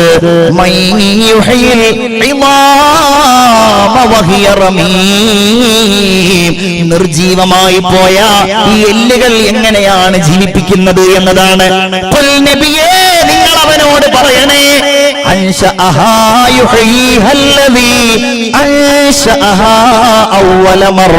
ഈ ദുനിയാവിൽ ആദ്യമായി അവനെ ആരാണോ ഉണ്ടാക്കിയത് ആ അല്ലാഹു തആല അവനെ രണ്ടാമതും ഉണ്ടാക്കുമെന്ന് നബിയെ നിങ്ങൾ അവനോട് പറയണമെന്ന് അല്ലാഹു ഹബീബായ മുഹമ്മദ് മുസ്തഫ സല്ലല്ലാഹു അലൈഹി വസല്ലമ തങ്ങളോട് പറയുകയാണ്. എന്റെ പ്രിയപ്പെട്ടവരെ, ഖബറിനെ കുറിച്ച് നമ്മൾ ഓർക്കണം, ഖബറിനെ കുറിച്ച് നമ്മൾ ചിന്തിക്കണം. മുത്തുനബിയുടെ വർത്തമാനമാണല്ലോ സൂറുൽ ഖുബൂർ ഫഇന്നഹാ തുദക്കിറുകുമുൽ ആഖിറ. സയ്യിദുനാ മുഹമ്മദ് മുസ്തഫ. ഒന്ന് ഉറക്ക സ്വലാത്ത് ചൊല്ലൂ മുഹമ്മദ് മുസ്തഫ. ഇതൊരു തമാശ പറയുന്ന സംഗതിയല്ലല്ലോ. നിങ്ങൾ ഖബറുകൾ സന്ദർശിക്കണം. എന്തിനാണ് നമ്മൾ ഇന്ന് പല രീതിയിൽ ഖബർ സന്ദർശിക്കും? എങ്ങനെയാണെന്നറിയോ? ഒരാൾ മരിച്ചു കഴിഞ്ഞാൽ ആ മയ്യിത്തിന്റെ പിന്നാലെ നമ്മൾ പലപ്പോഴും പോകുന്നത് ആ മയ്യിത്തിന് നമ്മളോട് വല്ലതും തോന്നുമോ എന്നുള്ള നിലക്കാണ്. അങ്ങനെയല്ല പോണ്ടത്. അതൊരു കടമയാണ്, ബാധ്യതയാണ്, പുരുഷന്മാരുടെ ബാധ്യതയാണ്. സ്ത്രീകളെ സംബന്ധിച്ചിടത്തോളം അവിടെ ആശ്വസിപ്പിക്കലാണ് പ്രധാനമായിട്ടുമുള്ളത്. മരണപ്പെട്ടവരുടെ ബന്ധുക്കളുമായുള്ള തഅസിയത്ത്, ആ മയ്യിത്ത് കാണൽ, യഥാർത്ഥത്തിൽ അതിൽ യാതൊരു പുണ്യവും പണ്ഡിതന്മാർ കൽപ്പിച്ചിട്ടില്ല. എന്നാലും നമ്മൾ സ്നേഹത്തിന്റെ പേരിൽ അത് കാണുന്നു. എന്നിരുന്നാലും അന്യരായ ആളുകൾ ഒരു കാരണവശാലും കാണരുത് എന്ന് ഗൗരവത്തോടെ ഞാൻ ഇവിടെ ഓർമ്മിപ്പിക്കുകയാണ്. അന്യ പുരുഷന്റേത് സ്ത്രീകൾ കാണരുത്, അന്യ സ്ത്രീയുടേത് പുരുഷന്മാർ കാണരുത്. ഇത് വളരെ ഗൗരവമാണ്. നമ്മൾ ആശ്വസിപ്പിക്കുക. ഹബീബായ നബി തിരുമേനി പറഞ്ഞു സല്ലല്ലാഹു അലൈഹി വസല്ലം, ആ മയ്യിത്തിന്റെ പിന്നാലെ പോവുക, മയ്യിത്തിന് വേണ്ടി ദുആ ചെയ്യുക. നിങ്ങൾ ആലോചിക്കണേ, അങ്ങനെ ചെയ്യുന്ന ചില ആളുകൾ അവിടെ ചെന്നിട്ട് ആ ഖബറിലേക്ക് ഇങ്ങനെ എത്തി നോക്കും. അതിനല്ല പറഞ്ഞിട്ടുള്ളത്. അങ്ങനെ പേടില്ലാത്തവര്, എന്തെങ്കിലും ഒരു ഭയത്തിന്റെ അംശം, നിങ്ങൾ കരയുന്നില്ലെങ്കിൽ നിങ്ങൾ കരച്ചിലുണ്ടാക്കണേ എന്നാണ്. ചില ആളുകൾ എന്ത് പറയും, ഖബറിന്റെ പരിസരത്ത് ഇങ്ങനെ പോയിട്ട് ആഴം പോരല്ലോ, വലുപ്പം പോരല്ലോ. വേറെ ചില ആളുകൾ പറയും, ഓ ഈ തടിമാടനെ അങ്ങ് വെക്കാൻ ഇത്ര വീതി പോരല്ലോ. അഭിപ്രായങ്ങൾക്ക് യാതൊരു പഞ്ഞുണ്ടാവില്ല. അങ്ങനെ എത്തി നോക്കാൻ തന്നെ പാടില്ല എന്ന് പറഞ്ഞിട്ടുണ്ടെങ്കിൽ ഒത്തി നോക്കൽ ഹറാമാന്നുള്ള നിലക്കല്ല, അങ്ങനെ എത്തി നോക്കാതിരിക്കലാണ് ഖബറിനോടുള്ള മര്യാദ. സയ്യിദുനാ മുഹമ്മദ് മുസ്തഫ, നിങ്ങളുടെ ഇവിടെ ഖബറടക്കം ചെയ്യുമ്പോ ഖബറിന്റെ മുകളിൽ ഒരു മൂടി ഇങ്ങനെ പിടിക്കാറില്ലേ? ഇല്ലേ? അല്ലേ? ഖബർ കുഴിക്കുമ്പോ ആ ഖബറിന്റെ മുകളിൽ എന്തെങ്കിലും ഒരു ശീല കൊണ്ടോ ഒരു ടാർപ്പായ കൊണ്ടോ പിടിക്കുന്ന ഒരു സ്വഭാവം പഴയ കാലത്തുണ്ടായിരുന്നു. ഇപ്പോഴും അത് ഉണ്ടെന്നാണ് മനസ്സിലാക്കുന്നത്. ഉണ്ടോ? ഖബറിന്റെ മുകളിൽ ഇങ്ങനെ പിടിക്കും. അത് ഹദീസിന്റെ അടിസ്ഥാനത്തിലാണ്. നമ്മൾ ചിന്തിക്കും, എന്തിനാണ് ഇപ്പൊ ഇങ്ങനെ പിടിക്കുന്നത്? നബി തിരുമേനി പറഞ്ഞു സല്ലല്ലാഹു അലൈഹി വസല്ലം, അവിടുന്ന് പറയുകയാണ്, ഒരിക്കൽ ഫദഅ ബിസൗബിൻ, ഒരു വസ്ത്രം കൊണ്ടുവരാൻ പറഞ്ഞു. ഒരാളെ ഇങ്ങനെ ഖബറടക്കുകയാണ്. അപ്പോൾ പറഞ്ഞു, നിങ്ങൾ ഈ ഖബറിന്റെ മുകളിൽ അതിങ്ങനെ എല്ലാവരും പിടിക്കൂ. ഒരാൾ അതിന്റെ ഒരു ഭാഗം പിടിച്ചു, വേറെ ഒരാൾ ഇങ്ങനെ ഓരോരുത്തർ പിടിച്ചു. എന്നിട്ട് പറഞ്ഞു, നിങ്ങൾ ഖബറിലേക്ക് എത്തി നോക്കല്ലേ, ഫഇന്നഹാ അമാന, ആ ഖബർ ഒരു വിശ്വസ്തതയാണെന്ന് മുഹമ്മദ് മുസ്തഫ സല്ലല്ലാഹു അലൈഹി വസല്ലം. ഖബർ വിശ്വസ്തതയാണ്. മയ്യിത്ത് എന്ന് പറഞ്ഞാൽ, മയ്യിത്ത് കുളിപ്പിക്കൽ എന്ന് പറഞ്ഞാൽ അതൊരു വിശ്വസ്തതയാണ്, ഗൗരവമാണ്. ഖബറിന്റെ അകത്ത് വേറെ ഒരു ഹദീസിൽ കാണാം, ആ ഖബറിന്റെ അകത്ത് നിങ്ങൾ ഒരു പക്ഷേ അല്ലാഹു തആല നിങ്ങൾക്ക് പേടിപ്പിക്കുന്ന വല്ലതും വെളിവാക്കി തന്നേക്കാം. അതുകൊണ്ട് ഖബറിലേക്ക് നിങ്ങൾ എത്തി നോക്കല്ലേ. മയ്യിത്ത് കുളിപ്പിക്കൽ ഒരു അമാനത്താണ്. നിങ്ങളൊരു മയ്യിത്ത് കുളിപ്പിക്കുമ്പോൾ ആ ശരീരത്തിൽ വല്ലതും കാണാം. ആ ശരീരത്തിൽ പലതും നിങ്ങൾക്ക് കാണാൻ കഴിയും. അതുവരെ നിങ്ങൾ കണ്ടിട്ടില്ലാത്ത ശരീരത്തിന്റെ പല ഭാഗങ്ങളും പല അടയാളങ്ങളും നിങ്ങൾ കണ്ടാലും, അതിലെ ന്യൂനതകൾ നിങ്ങൾ കണ്ടാലും ഒരിക്കലും നിങ്ങൾ അതിനെ വെളിവാക്കരുതേ. ഖബർ അമാനത്താണ്, മയ്യിത്ത് അമാനത്താണ്. ഇതാണ് അല്ലാഹുവിന്റെ ദീൻ നമ്മോട് പറയുന്നത്. എന്റെ പ്രിയപ്പെട്ടവരെ, നമ്മൾ മനസ്സിലാക്കുക, ആ ഖബർ എന്ന് പറയുന്നത് റസൂലുള്ള പറയുന്നു, നിങ്ങൾ അത് പോയി കാണണേ. എന്തുകൊണ്ടെന്നാൽ നിങ്ങൾക്കത് പരലോകത്തെ കുറിച്ച് ഓർമ്മിപ്പിക്കുമെന്ന് മുഹമ്മദ് മുസ്തഫ. നിങ്ങളൊന്ന് പരലോകത്തെ കുറിച്ച് നിങ്ങൾ ഖബർ നിങ്ങളെ ഓർമ്മിപ്പിക്കുമെന്ന് സയ്യിദുനാ മുഹമ്മദ് മുസ്തഫ. എന്തേ ഇന്ന് പ്രത്യേകിച്ച് നമ്മൾ ഇങ്ങനെ കാലം കൂടുന്തോറും വഅളുണ്ട്, ഉപദേശങ്ങളുണ്ട്, ഒക്കെ ഉണ്ടെങ്കിലും ഐഹികമായ ലോകത്തോടുള്ള പ്രമത്തത, മരണമോ ഖബറോ ഒന്നും ചിന്തയിൽ പോലും വരാത്ത അവസ്ഥ അല്ലേ? ചിന്തിക്കണം, ആലോചിക്ക, പടച്ചോനെ എനിക്ക് അങ്ങനെ ഒരു മാനസികാവസ്ഥ ഉണ്ടോ? ഞാൻ മരണത്തെക്കുറിച്ച് ചിന്തിക്കാറുണ്ടോ? ഓരോ ദിവസവും രാവിലെ കട്ടിലിൽ നിന്നിങ്ങനെ എഴുന്നേൽക്കുമ്പോൾ അൽഹംദുലില്ലാഹില്ലദി ബഅദമാ അമാതനാ, പടച്ചോനെ എഴുന്നേൽക്കാത്ത എത്രയോ ആളുകളുണ്ട്, കട്ടിലിൽ കിടന്ന് മരിച്ചുപോയ ആളുകളുണ്ട്. അല്ലാഹുവേ എന്നെ നീ മരിപ്പിച്ചില്ലല്ലോ ചിന്തിക്കാറുണ്ടോ? ആർത്തി പിടിച്ചോടുകയാണ് ദുനിയാവിന്റെ പിന്നിൽ. അതിന് എന്ത് തെറ്റും ചെയ്യാൻ ഒരു മടിയുമില്ല, കള്ളം പറയാൻ മടിയില്ല. ഞാൻ പറയുന്നത് കച്ചവടം ചെയ്യുന്നതിനെ കുറിച്ചല്ല, ബിസിനസ് സ്ഥാപനങ്ങൾ ഉണ്ടാക്കുന്നതിനെ കുറിച്ചല്ല. പക്ഷെ അങ്ങനെ ഉണ്ടാക്കുമ്പോഴും അതിൽ ഹലാല് സൂക്ഷിക്കാതെ, അതിൽ ഹറാമ് വരുന്നത് ഭയക്കാതെ, ദുനിയാവുണ്ടാകണം, പൈസ ഉണ്ടാകണം, ധനമുണ്ടാകണം, പ്രശസ്തിയും പേരും ഉണ്ടാകണം. പടച്ച തമ്പുരാന്റെ അടുക്കലേക്ക് എത്തുമ്പോ ഉപകാരപ്പെടുന്ന ഒരു കാര്യത്തെക്കുറിച്ചും ചിന്തിക്കാതെ ജീവിച്ചു പോകുന്നവരുണ്ടല്ലോ. അല്ലാഹ് മനസ്സിൽ തൊട്ട് പറഞ്ഞ ഒരു വചനമുണ്ട്. ബിസ്മില്ലാഹിർ റഹ്മാനിർ റഹീം. അൽഹാകുമുത് തകാസുർ. ചിന്തിക്കണേ, അൽഹാക്കും നിങ്ങൾ അശ്രദ്ധരാക്കിയിരിക്കുന്നു. അത്തകാസുർ ധാരാളം ഉണ്ടാക്കൽ. എന്ത് ധാരാളം ഉണ്ടാക്കൽ? നിങ്ങൾക്ക് ആവശ്യമുള്ളത് ധാരാളം ഉണ്ടാക്കൽ, ആവശ്യത്തിനുള്ളത് ഉണ്ടാക്കലല്ല. പണം ധാരാളം ഉണ്ടാക്കൽ, വസ്ത്രം ധാരാളം ഉണ്ടാക്കൽ, സ്വർണം ധാരാളം ഉണ്ടാക്കൽ, പ്രശസ്തി ധാരാളം ഉണ്ടാക്കൽ നിങ്ങളെ നശിപ്പിച്ചിട്ടുണ്ട്. നിസ്കാരം നിങ്ങൾ ഒഴിവാക്കുന്നുണ്ട് ഇതിനു വേണ്ടിയിട്ട്, നിങ്ങൾ ഹറാമ് ചെയ്യുന്നുണ്ട് ഇതിനു വേണ്ടിയിട്ട്. അല്ലാഹ് പറയാണ്, ഞാൻ പറയല്ല. നിങ്ങൾ എന്തു ചെയ്താലും ഹത്താ സുർതുമുൽ മഖാബിർ, അത് ഖബറുകൾ നിങ്ങൾ സന്ദർശിക്കുന്നത് വരെയേ ഉണ്ടാവുകയുള്ളൂ. അല്ലേ? ചിന്തിച്ചിട്ടുണ്ടോ നിങ്ങൾ?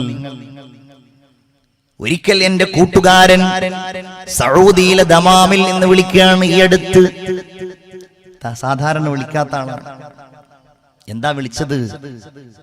എന്നോട് പറഞ്ഞു, നിന്റെ പള്ളിയുടെ തൊട്ടടുക്കലുള്ള ഒരു ചെറുപ്പക്കാരന്റെ പേര് പറഞ്ഞിട്ട് ചോദിച്ചു. അവന്റെ ഒരു കുടുംബക്കാരൻ, വല്ലാതെ നിന്നെ ഇഷ്ടപ്പെട്ടിരുന്ന ഒരു ചെറുപ്പക്കാരൻ, ഫാസിൽ എന്നാണ് അവന്റെ പേര്. അവൻ ഇവിടെ എന്റെ കൂടെ ജോലി ചെയ്യുന്നുണ്ടായിരുന്നു. നീ കാര്യം പറ. ഇന്ന് രാവിലെ ഞാൻ വിളിച്ചപ്പോൾ അവൻ എഴുന്നേൽക്കുന്നില്ല, മരിച്ചു പോയിരിക്കുന്നു. അള്ളാഹു പുറത്തു കൊടുക്കുമാറാവട്ടെ.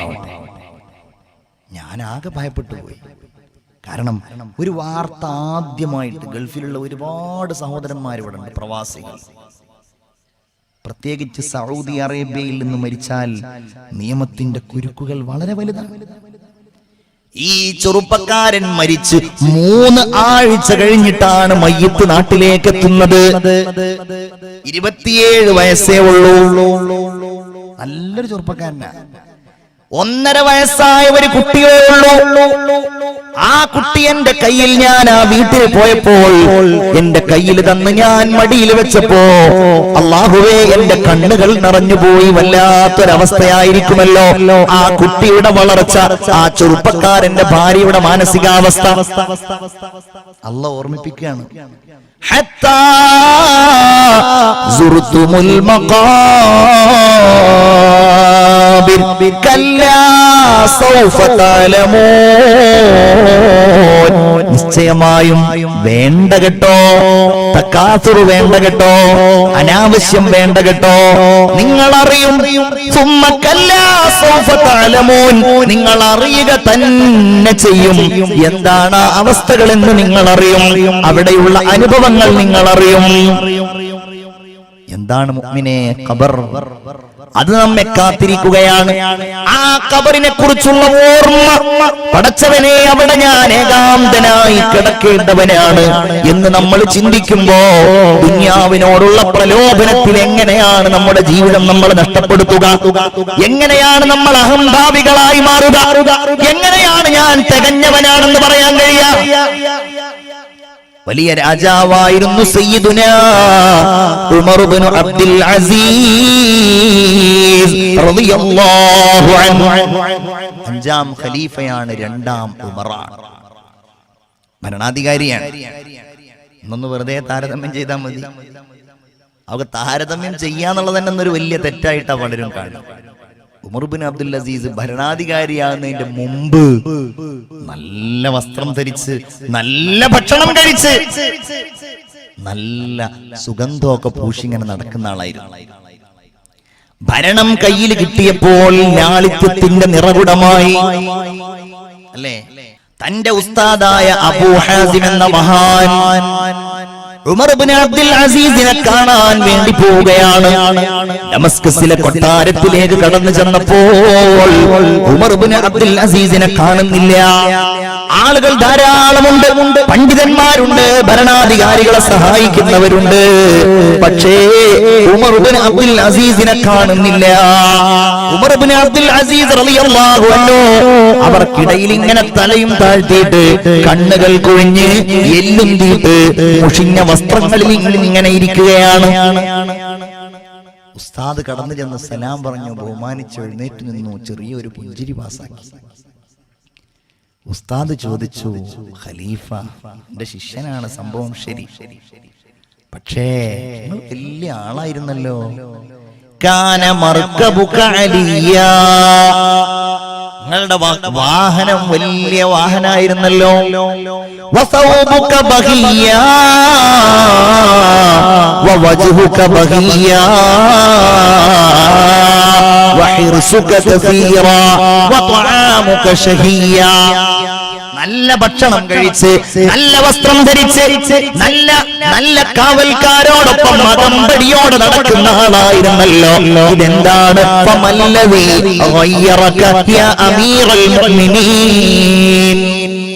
എന്തു പറ്റി അമീറുൽ മുഅ്മിനീൻ, നിങ്ങൾ ആകെ മാറിപ്പോയല്ലോ. ഉമർ ഇതിങ്ങനെ കേൾക്കുകയാണ്. ഇതൊരാക്ഷേപാണല്ലോ. ഉമർ ഇബ്നു അബ്ദുൽ അസീസ് പറഞ്ഞു, ഉസ്താദേ, ഇപ്പോൾ നിങ്ങൾ എന്നെ ആക്ഷേപിക്കുകയാണല്ലേ, എന്നാൽ കൈഫ ലൗ റഅയ്തനി ബഅദ സലാം വഅന ഫീ ഖബരി, ഞാൻ എന്റെ ഖബറിന്റെ അകത്തളങ്ങളിൽപ്പെട്ട് 3 ദിവസം കഴിഞ്ഞാൽ എന്തായിരിക്കും ഉസ്താദേ നിങ്ങൾ എന്നെ കുറിച്ച് പറയുക? ഇന്ന് നിങ്ങൾ എന്റെ വസ്ത്രത്തെ പറ്റി പറയുന്നു, നിങ്ങൾ എന്റെ മുഖത്തെ പറ്റി പറയുന്നു. 3 ദിവസം കഴിഞ്ഞ് നിങ്ങൾ എന്നെ കണ്ടാൽ നിങ്ങൾ എന്തായിരിക്കും എന്നെ കുറിച്ച് പറയുക? വഖദ് സാലഹ ദഖതായ അലാ വജ്നതായ, എന്റെ കണ്ണുകൾ എന്റെ കവിൾ തടങ്ങളിലൂടെ ഒലിച്ചിറങ്ങിയിട്ടുണ്ടാകുമല്ലോ. എന്റെ വയറെല്ലാം പൊട്ടിപ്പിളർന്നിട്ട് എന്റെ കുടൽമാല പുറത്തു ചാടിയിട്ടുണ്ടാകുമല്ലോ. ഓക്കി ദുരന്തത്തിൽ നമ്മുടെ പ്രിയപ്പെട്ടവർ മരിച്ചപ്പോ എത്രയോ ആളുകൾ ചെയ്യാൻ പാടില്ലാത്ത രീതിയിൽ അതിന്റെ ഫോട്ടോകൾ ഷെയർ ചെയ്യുകയുണ്ടായി. പക്ഷേ അത് ഷെയർ ചെയ്യുന്നവനും അല്ലാഹുവേ, ഓക്കി ദുരന്തത്തിൽ കടലിൽ പോയത് കൊണ്ടാണ് ഇവരുടെ മയ്യത്ത് കണ്ടത്. എന്റെ ഖബർ തുറന്നാൽ ഇതിനേക്കാൾ മോശമാകുമല്ലോ. ചിതലും പുഴുക്കളും താവളം പെരുത്തുന്നതിൽ സന്തോഷമാണവകൾക്കു നീ ചൊല്ലുന്നതിൽ പൊൻവർണ്ണ കോമള മൃദുലമായ ശരീരമേ എന്നൊക്കെ പറഞ്ഞ് ഇദ്ദേഹം പറയാണ്, 3 ദിവസം കഴിഞ്ഞ് എന്നെ നിങ്ങൾ കണ്ടാൽ, എന്റെ ദുർഗന്ധം നിങ്ങൾ അറിഞ്ഞാൽ, ഇന്ന് നിങ്ങൾ എന്നെ ആക്ഷേപിക്കുന്നതിനേക്കാൾ ശക്തമായ ആക്ഷേപമാകുമല്ലോ അന്ന് നിങ്ങൾ എന്റെ മേലിൽ നടത്തുക എന്ന് സയ്യിദുനാ ഉമർ ഇബ്നു അബ്ദുൽ അസീസ് റളിയല്ലാഹു അൻഹു. പടച്ചോൻ നമുക്കതിന്റെ ഓർമ്മകൾ നിലനിർത്തി തരുമാറാകട്ടെ. ആമീൻ പറയൂ. ഓർമ്മകൾ നിലനിർത്തി തരുമാറാകട്ടെ.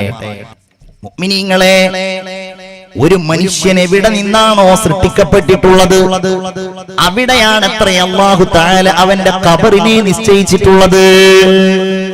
അപ്പൊ ഞാൻ നേരത്തെ പറഞ്ഞതുപോലെ ഒരു മനുഷ്യന്റെ കടലിനടിയിലാണ് അവന്റെ ശരീരത്തിന്റെ അവസാന ഭാഗങ്ങൾ എത്തിച്ചേരുന്നതെങ്കിൽ അവൻ അവിടെ നിന്നാണ് മനസ്സിലാക്കണം. ഒരു ഹദീസിൽ ഇങ്ങനെ കാണാം, ഒരു മനുഷ്യൻ ഒരു മാതാവിന്റെ ഗർഭപാത്രത്തിൽ വെച്ച് ഇങ്ങനെ രൂപപ്പെടുമ്പോ അവൻ ഖബറടക്കം ചെയ്യാനുള്ള മണ്ണിന്റെ, മണ്ണ് എന്ന് പറഞ്ഞാൽ നമ്മൾ നോക്കുമ്പോൾ മണ്ണൊന്നും കാണൂല, ചിലപ്പോ ഒരു തന്മാത്രയാവാം, ചിലപ്പോ ആ മണ്ണുമായിട്ടുള്ള ഒരു ബന്ധമാകാം. അള്ളാഹു ഒരു മലക്കിനെ കൊണ്ട് ആ മാതാവിന്റെ ഗർഭപാത്രത്തിൽ എത്തിക്കുന്നുണ്ട്. അവിടേക്ക് തന്നെ അവർ മടങ്ങും, വേറെ എവിടേക്കും പോകൂല. ഇവിടെ ഇരിക്കുന്ന ഈ കടിയങ്ങാട്ടിരിക്കുന്ന പ്രിയപ്പെട്ട സഹോദരിമാരെ, കടിയങ്ങാടല്ല എന്തായിരുന്നു, പെരുവയലിരിക്കുന്ന പ്രിയപ്പെട്ട സഹോദരിമാരെ, നിങ്ങളൊക്കെ പല നാടുകളിൽ നിന്നും കല്യാണം കഴിച്ചു വന്നവരായിരിക്കും അധികം ആളുകൾ.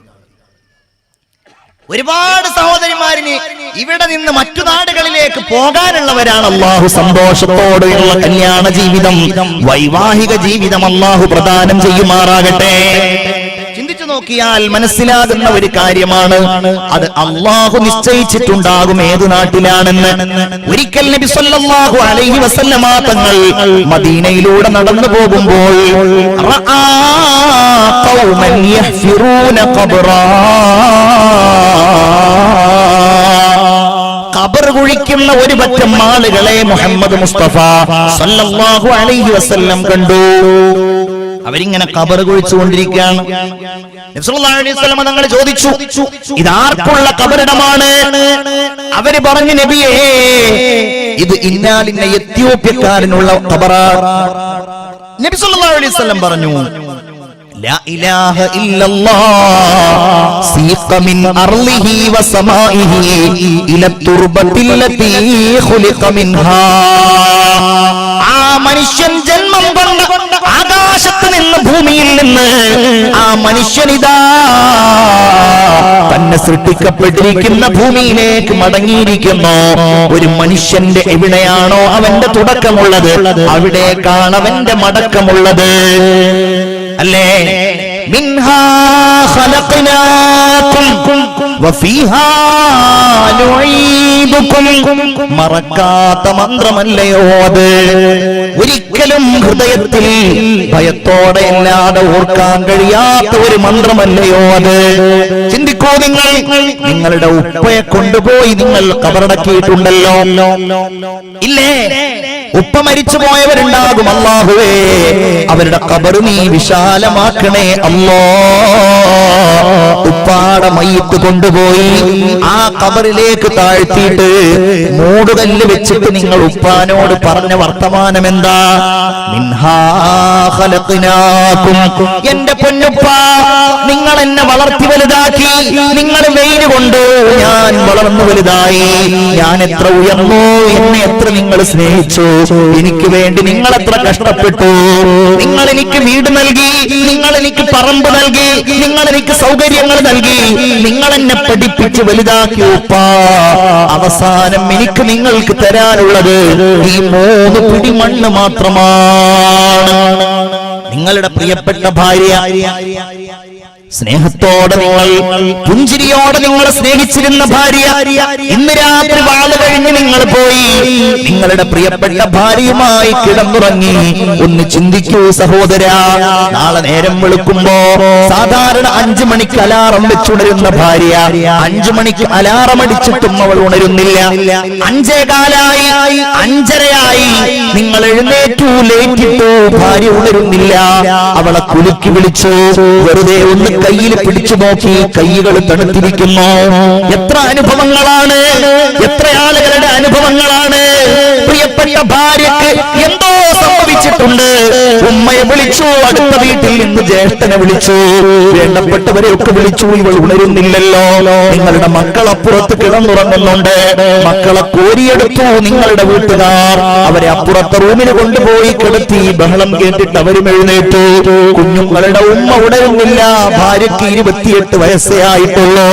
പ്രിയപ്പെട്ട ഭാര്യ, നിങ്ങളുടെ സ്നേഹനിധിയായ ഭാര്യ, നിങ്ങൾ ആ സത്യം അറിഞ്ഞു. അതെ, അവൾ എന്നോട് വിട പറഞ്ഞു പോയിരിക്കുന്നു, അവൾ എനിക്കിനി തിരിച്ചു കിട്ടുകയില്ല. നിങ്ങൾക്ക് കരയണോ കരയണ്ടേ എന്നറിയുന്നില്ല. വീട്ടിൽ സംഭവിച്ച പെട്ടെന്നുണ്ടായ അത്യാഹിതത്തില് എന്ത് ചെയ്യണ്ടോ എന്നറിയാതെ പകച്ചു നിൽക്കാൻ വിധിക്കപ്പെട്ടുപോയി. അയൽവാസികൾ വന്നു, നാട്ടുകാര് വന്നു, എന്താ കാര്യമെന്ന് ചോദിക്കുന്നുണ്ട്. ഒറ്റ സെന്റൻസിൽ മറുപടി കൊടുക്കുകയാ. മണിക്കൂറുകൾ ഇങ്ങനെ കഴിയുന്നു. ഓത്ത് നടക്കുന്നുണ്ട്, മയ്യിത്ത് അവിടെ പ്രദർശിപ്പിച്ചിട്ടുണ്ട്. ആളുകൾ വരുന്നു. 12 മണിക്ക് മയ്യിത്തെടുക്കുകയാ. മയ്യിത്തെടുക്കാൻ വേണ്ടിയിട്ട് അവളെ കുളിപ്പിക്കുകയാ. ഖബറിലേക്ക് പറഞ്ഞേക്കാൻ വേണ്ടി അവളെ കുളിപ്പിക്കുമ്പോ, എന്റെ പ്രിയപ്പെട്ട പെങ്ങളെ, ഒരിക്കൽ പോലും മറ്റൊരാൾ നിങ്ങൾക്ക് അങ്ങനെ ഒരു സാഹചര്യം ഉണ്ടായിട്ടില്ലല്ലോ. എന്നാൽ നിങ്ങളെ ഇതാ മറ്റൊരാൾ കുളിപ്പിനെ നിങ്ങൾ ഏറ്റിട്ട് ആളുകളോട് കൂടെ നിങ്ങളും പോവുകയാ. അവൾക്ക് വേണ്ടി ഒരുക്കപ്പെട്ട ഖബറിലേക്ക് നിങ്ങൾ തന്നെ മയ്യിത്തൊന്ന് താഴ്ത്തി വെക്കുകയാ. എന്റെ എന്റെ പ്രിയപ്പെട്ടവളെ, മൂടുകല്ല് വെച്ചു. നിന്നെ കാണാൻ കഴിയില്ലല്ലോ. ഇവൻ നീ എനിക്ക് എത്ര സ്നേഹം നൽകി, എന്റെ രാത്രികളെ നീ എത്ര ചൈതന്യവത്താക്കി, എന്റെ മക്കളെ നീ എത്ര പരിപാലിച്ചു. ഇനി എനിക്ക് സമാധാനം പറയാൻ ആരാ ഉള്ളത്? എന്റെ മക്കൾ, എന്റെ ഉമ്മ എവിടെ എന്ന് ചോദിച്ചാൽ ഞാൻ എന്താണ് എന്റെ മക്കളോട് പറയുന്നത്? എന്നിരുന്നാലും നിനക്കുള്ളതൊക്കെ എനിക്ക് തന്നു നീ പോയില്ലേ? നിനക്ക് തരാനുള്ളത് 3 പിടി മണ്ണ് മാത്രമാ. മിൻഹാ ഖലഖനാകും വഫീഹാ നുഈദുകും വമിൻഹാ നുഖ്രിജുകും താറതൻ ഉഖ്റാ. ചെറുപ്പക്കാരാ, ഉച്ച കഴിഞ്ഞ് നീ അവിടെ യാസീനോട് ദുആ ചെയ്ത് നീ വീട്ടിലേക്ക് തിരിച്ചു വന്നോ? വീട്ടിൽ നിന്ന് ആളുകൾ വരുന്നു, നിന്നെ സമാധാനിപ്പിക്കുന്നു. ദിവസം 1 കഴിഞ്ഞു, 2 കഴിഞ്ഞു. കട്ടിലിൽ നീ ഇങ്ങനെ കിടക്കുമ്പോൾ നിനക്ക് ഉറക്കം വരുന്നില്ല. നിന്റെ ഓർമ്മകളിൽ നിന്റെ ഭാര്യയുടെ മുഖം നിറയുകയാണ്, അവളുടെ തലമുടികൾ നിറയുകയാണ്, അവളുടെ കണ്ണുകൾ നിറയുകയാണ്. നിന്നോടവൾ കാണിച്ച സ്നേഹവായ്പിന് ഒന്ന് പകരം കൊടുക്കാൻ കഴിഞ്ഞില്ലല്ലോ എന്ന ചിന്ത നിറയുകയാണ്. രാത്രി 1 മണിയായി, 2 മണിയായി. കട്ടിലിൽ കിടന്നുറക്കം വരുന്നില്ല. പിരിഞ്ഞു കിടക്കുന്നു, മറിഞ്ഞു കിടക്കുന്നു. എന്റെ പെരുവലയിലുള്ള യുവാക്കളെ, നിങ്ങൾക്ക് ധൈര്യമുണ്ടോ? രാത്രി 2 മണിക്ക് നിങ്ങളുടെ കട്ടിലിൽ നിന്ന് എഴുന്നേക്കാൻ ധൈര്യമുണ്ടോ? ടോർച്ചെടുക്കാൻ ധൈര്യമുണ്ടോ? ആ വലിയ മൺവെട്ടിയുമായി, വീട്ടിലുള്ള മൺവെട്ടിയുമായിട്ട് പള്ളിക്കാട്ടിലേക്ക് നടക്കാൻ ധൈര്യമുണ്ടോ? പള്ളിയിലെ ഇമാം ഉറങ്ങുമ്പോൾ, മുഖ്രി ഉറങ്ങുമ്പോ, നാട്ടിലുള്ളവർ മുഴുവൻ ഉറങ്ങുമ്പോ, ചുവപ്പുമാറാത്ത മീസാൻ കല്ലുകൾക്കപ്പുറത്തുള്ള ആ മണ്ണ് മാറ്റാൻ നിനക്ക് ധൈര്യമുണ്ടോ? നിന്റെ നെറ്റിത്തടത്തിൽ വിയർപ്പ് പൊടിയുമ്പോഴും, നിന്റെ കണ്ണുകളിൽ ഇങ്ങനെ തിളങ്ങുമ്പോഴും, നിന്റെ ശരീരം ക്ഷീണിക്കുമ്പോഴും 2 മിനിറ്റ് കഴിഞ്ഞാൽ എന്റെ പ്രിയപ്പെട്ടവരുടെ മുഖം ഒരു നോക്ക് എനിക്ക് കാണാമല്ലോ. അത് അവസാനമായി കണ്ട ആ രംഗം ഒന്നുകൂടെ ഓർത്തെടുക്കാമല്ലോ. നിങ്ങൾക്ക് തോന്നുന്നുണ്ടോ പ്രിയപ്പെട്ടവരെ?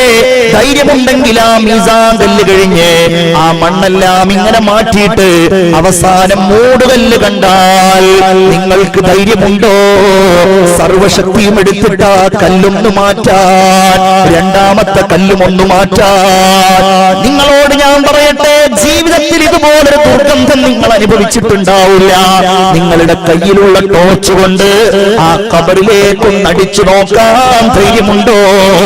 ആ മയ്യത്തിനെ മൂടിയിരിക്കുന്ന ആ തുണികളെല്ലാം ചെഞ്ചോരമണിഞ്ഞ്, അതെല്ലാം ചെലവും ചെളിയും നിറഞ്ഞ് ആകെ ദുർഗന്ധപൂരിതമായ ശരീരമായി കിടക്കുമ്പോ ഒരു കലുകൊണ്ട്, ഒരു കോലുകൊണ്ട്, ഒരു വടി കൊണ്ട് മയ്യത്തിന്റെ മുഖത്തുള്ള ആ തുണിയൊന്ന് പതുക്കെ ഇങ്ങനെ വലിച്ചൊന്ന് മാറ്റിയാൽ, എന്റെ പ്രിയപ്പെട്ട ചെറുപ്പക്കാരാ, ഒരു പെണ്ണിന് ഇങ്ങനെയും ഒരു മുഖമുണ്ടെന്ന് നിനക്ക് മനസ്സിലാക്കാൻ കഴിയും. നിന്റെ ഭാര്യയുടെ മുഖം ഇങ്ങനെയാണെന്ന് മനസ്സിലാക്കാൻ കഴിയും. ഞാനാണെങ്കിൽ എന്റെ മുഖം ഇങ്ങനെയാണ് മനസ്സിലാക്കാൻ കഴിയും. കണ്ണുകളെല്ലാം അവിടെ നിന്ന് പോന്നിട്ട് അതിന്റെ സ്ഥാനത്ത് 2 ഗുഹകൾ ഇങ്ങനെ പ്രത്യക്ഷപ്പെട്ടിരിക്കുന്നു.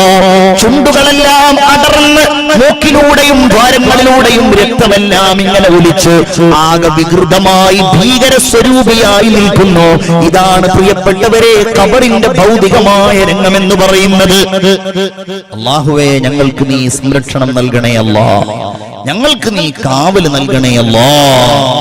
സയ്യിദുനാ മുഹമ്മദ് മുസ്തഫ സല്ലല്ലാഹു അലൈഹി വസല്ലം പറഞ്ഞ ഒരു വല്ലാത്തൊരു ഹദീസ് ഉണ്ട്. നമ്മളുടെ ഖബർ നമുക്ക് വേണ്ടി മറ്റുള്ളവരാണ് പൊതുവിൽ തെരഞ്ഞെടുക്കുക. സ്വന്തം ഖബർ തെരഞ്ഞെടുക്കുന്ന അപൂർവം. അവിടുന്ന് പറഞ്ഞു, ഇദ്ഫനൂ മൗതാകും വസത ഖൗമിൻ സാലിഹീൻ. നിങ്ങളുടെ ഖബറിടങ്ങൾ, നിങ്ങൾക്ക് വേണ്ടി, നിങ്ങൾ മറ്റുള്ളവർക്ക് വേണ്ടി തയ്യാറാക്കുന്ന ഖബറുകൾ നിങ്ങൾ നല്ലവർക്കിടയിൽ കൊണ്ടുപോയി മറമാടണേ. അമ്മാക്ക് ഖബറൊരുക്കാണ്. വാട്സാപ്പിലൂടെ ഖബർ കുഴിക്കുന്ന ആളോട് എനിക്ക് അർജന്റ് ആയിട്ടൊരു ഖബർ വേണമെന്ന് വിളിച്ചു പറയല്ല. നിങ്ങൾ പോകണം, നിങ്ങൾ അന്വേഷിക്കണം. ഇവിടെ ആക്കാ, അവിടെ ആക്കാ. ഇവിടെ ആരാ പുറത്തുള്ളത്? അപ്പുറത്താരാ ഉള്ളത്? നല്ലവരുടെ അടുക്കൽ സല്ലല്ലാഹു അലൈഹി വസല്ലം തങ്ങൾ പറഞ്ഞു, സല്ലല്ലാഹു അലൈഹി വസല്ലം വഅഅമിഖൂ ലഹു ഫീ ഖബ്രിഹി. നിങ്ങൾ നല്ല ആഴത്തിൽ ഖബർ കുഴിക്കണേ. വജന്നിബൂഹുൽ ജാറസൂ, ചീത്ത അയൽവാസിയെ നിങ്ങൾ അകറ്റുകയും വേണേ. ഖീല യാ റസൂലല്ലാഹ് വഹൽ യൻഫഉൽ ജാറു സ്വാലിഹു ഫിൽ ആഖിറ. നല്ല അയൽവാസി ഉപകാരപ്പെടുവോ നബിയേ? അപ്പൊ റസൂലുള്ളാഹി ചോദിച്ചു, ദുനിയാവിൽ നല്ല അയൽവാസി ഉപകാരപ്പെടോ? അതെ, ഉപകാരപ്പെടും. എന്നാൽ അതുപോലെ ആഖിറത്തിലും ഉപകാരപ്പെടുമെന്ന് സയ്യിദുനാ മുഹമ്മദ് മുസ്തഫ സല്ലല്ലാഹു അലൈഹി വസല്ലം. മുഅ്മിനീങ്ങളെ, നല്ലവരുടെ ഇടയിൽ അടങ്ങുക എന്ന് പറയുന്നത് അല്ലാഹു തരുന്ന വലിയ ഒരു സൗഭാഗ്യമാണ്. ചില ആളുകൾ ഉണ്ടാവും നമുക്കിടയിൽ, മക്കത്തിൽ നിന്ന് മരണപ്പെടുന്ന ആളുകൾ, വലിയ ഭാഗ്യല്ലേ അത്. മദീനയിൽ നിന്ന് മരിക്കുന്ന ആളുകളുടെ ഭാഗ്യം എത്രയാ. ഞാൻ കണ്ടിട്ടുണ്ട് ഒരാളെ മദീനയിൽ നിന്ന് മരിച്ചു. റബ്ബേ, എന്തൊരു ഭാഗ്യം. കാരണം എന്താ? മയ്യിത്ത് നിസ്കരിക്കാൻ എത്ര ആളുകളാ? മയ്യിത്ത് നിസ്കരിക്കാൻ തന്നെ എത്ര ആളുകളായിരിക്കും? ലക്ഷക്കണക്കിന് ആളുകൾ. മയ്യിത്ത് നിസ്കരിക്കുന്ന പള്ളി നോക്കി നിങ്ങൾ, മയ്യിത്ത് നിസ്കരിക്കുന്ന സ്ഥലം നോക്കൂ നിങ്ങൾ, മയ്യിത്ത് നിസ്കരിക്കുന്ന ഇമാമിനെ നോക്കൂ നിങ്ങൾ. അതിലപ്പുറം എന്താ വേണ്ടത്? ഒരു പെണ്ണിൻ മയ്യിത്തുമായി ഞങ്ങൾ ഇങ്ങനെ പോയി, മയ്യിത്ത് കെട്ടിപ്പിടിക്കാൻ ഞങ്ങൾക്ക് കിട്ടിയില്ല. ഒരു ഇറാനിയും ഒരു സുഡാനിയുമാണ് മയ്യിത്ത് കെട്ടിൽ പിടിക്കുന്നത്. അങ്ങനെ ആലോചിച്ചു, നമ്മുടെ പെരുവയലിൽ നിന്ന് മരിച്ചാൽ, എന്റെ നാട്ടിൽ നിന്ന് ഞാൻ വിച്ചാൽ കൊണ്ടുപോകുന്ന റോഡുകൾ, കൊണ്ടുപോകുന്ന ഊടുവഴികൾ, ഇതേതിലൂടെയാ കൊണ്ടുപോകുന്നത്? റസൂലുള്ളാഹിന്റെ റൗളയുടെ മുമ്പിലൂടെയല്ലയോ? ഹബീബായ റസൂലുള്ളാഹിന്റെ റൗളയുടെ മുമ്പിലൂടെ ആ പെണ്ണിന്റെ മയ്യിത്ത് കൊണ്ടുപോയിട്ട് എവിടെയാ ഖബറടക്കുന്നത്? ജന്നത്തുൽ ബഖീഇൽ. ഭാഗ്യത്തിനപ്പുറം വല്ലതുമുണ്ടോ? ജന്നത്തുൽ ബഖീഇൽ ആരാ ഉള്ളത്? ഫാത്തിമ ബീവി എവിടെയാ? ഖദീജ ആയിഷ ബീവി എവിടെയാ? സഫിയ ബീവി എവിടെയാണ്? മൈമൂന റംല ബീവി എവിടെയാണ്? റസൂലുള്ളാഹിന്റെ ഭാര്യമാരിൽ ഒട്ടുമിക്ക പേരും എവിടെയാ? നബിയുടെ മക്കളിൽ അധിക പേരും എവിടെയാ? റസൂലുള്ളാഹിന്റെ സ്വഹാബികളിൽ സയ്യിദുനാ ഉസ്മാൻ ഇബ്നു അഫ്ഫാൻ റളിയല്ലാഹു അൻഹു അടക്കമുള്ള 10,000 വരുന്ന സ്വഹാബികൾ മദീനയിലാ ഉള്ളത്, ജന്നത്തുൽ ബഖീഇലാ ഉള്ളത്. അതിനിടയിൽ പോകാൻ പറ്റിയാന്ന് പറഞ്ഞു. യാ അല്ലാഹ്, വലിയ ഭാഗ്യല്ലേ. അതാ പറഞ്ഞത്, നല്ലവർക്കിടയിൽ പോയി കിടക്കുക. മുഅ്മിനീങ്ങളെ, മയ്യിത്ത് കട്ടിൽ ഇങ്ങനെ പോകുന്ന ആ രംഗം എവിടെ? നമ്മൾ ഇങ്ങോട്ട് വരുമ്പോ, ഓരോ സ്ഥലത്തേക്കും നമ്മൾ വരുമ്പോ സ്വീകരണ ലോകമാണ്. ഞാൻ വരുമ്പോ സ്വീകരിക്കാൻ എത്രയോ ആളുകൾ, ഭക്ഷണം തരാൻ, സുഭിക്ഷമായ ഭക്ഷണം തയ്യാറാക്കാൻ. നിങ്ങൾ കല്യാണത്തിന് പോകുമ്പോ, സൽക്കാരത്തിന് പോകുമ്പോ ഇവിടെ സ്വീകരണമാണോ അറിയില്ല. ഏതായാലും വല്ലാത്ത ഒരു യാത്രയപ്പാണ്. കെട്ടുകൾ മൂന്നും കെട്ടി കട്ടിലിൽ നിന്നെയുമേറ്റി, ഒരു ദിനമുണ്ടൊരു യാത്ര, തീരെ മടക്കമില്ലാത്ത യാത്ര. 3 കഷ്ണം തുണി ചുറ്റി, മുറിയാതെ ദിക്ർ ചൊല്ലി, ഒരു ദിനമുണ്ടൊരു പോക്, തീരെ മടക്കമില്ലാത്ത യാത്ര. എന്തൊരു വാക്കുകളാണ് അല്ലേ? 3 കഷ്ണം തുണിയിൽ ഇങ്ങനെ ചുറ്റിയിട്ട് നബി സല്ലല്ലാഹു അലൈഹി വസല്ലം പറയുകയാണ്, മയ്യിത്തിന്റെ കൂടെ മനുഷ്യന്മാരിങ്ങനെ പോകുമ്പോൾ ആ മയ്യിത്തിനെ നോക്കിയിട്ട് അല്ലാഹുവിന്റെ മലക്കുകൾ ഉണ്ടാകും. നല്ലവരാണെങ്കിൽ നല്ല മലക്കുകൾ ഉണ്ടാകും, മോശക്കാരാണെങ്കിൽ അസാബിന്റെ മലക്കുകൾ ഉണ്ടാകും. നല്ലവരാണെങ്കിൽ ആ മയ്യിത്ത് നോക്കിക്കൊണ്ട് മലക്കുകൾ പറയുന്നത്, മലക്കുകൾ ആ മയ്യിത്തിനെ നോക്കിക്കൊണ്ട് പറയുന്നത്, മാ ഖദ്ദമ ഫുലാൻ, ഈ മനുഷ്യനെല്ലാം അമലുകൾ ചെയ്തിട്ടുണ്ട്. മലക്കുകൾ അങ്ങനെ പറയല്ലോ. മലക്കുകൾ അതിനനുസരിച്ച് കാര്യങ്ങൾ ചെയ്യുമല്ലോ. അതുകൊണ്ട് 100 ആളെ കൊന്ന ഒരാളെ റഹ്മത്തിന്റെ മലക്കുകൾ കൊണ്ടുപോയി ഹദീസിൽ പഠിക്കണം. എന്തേ? ഇയാൾ നല്ലോടത്തേക്ക് പോകുകയായിരുന്നു. എന്നാൽ മനുഷ്യന്മാരാ മയ്യത്തിനെ നോക്കിക്കൊണ്ട് പറയുന്നത്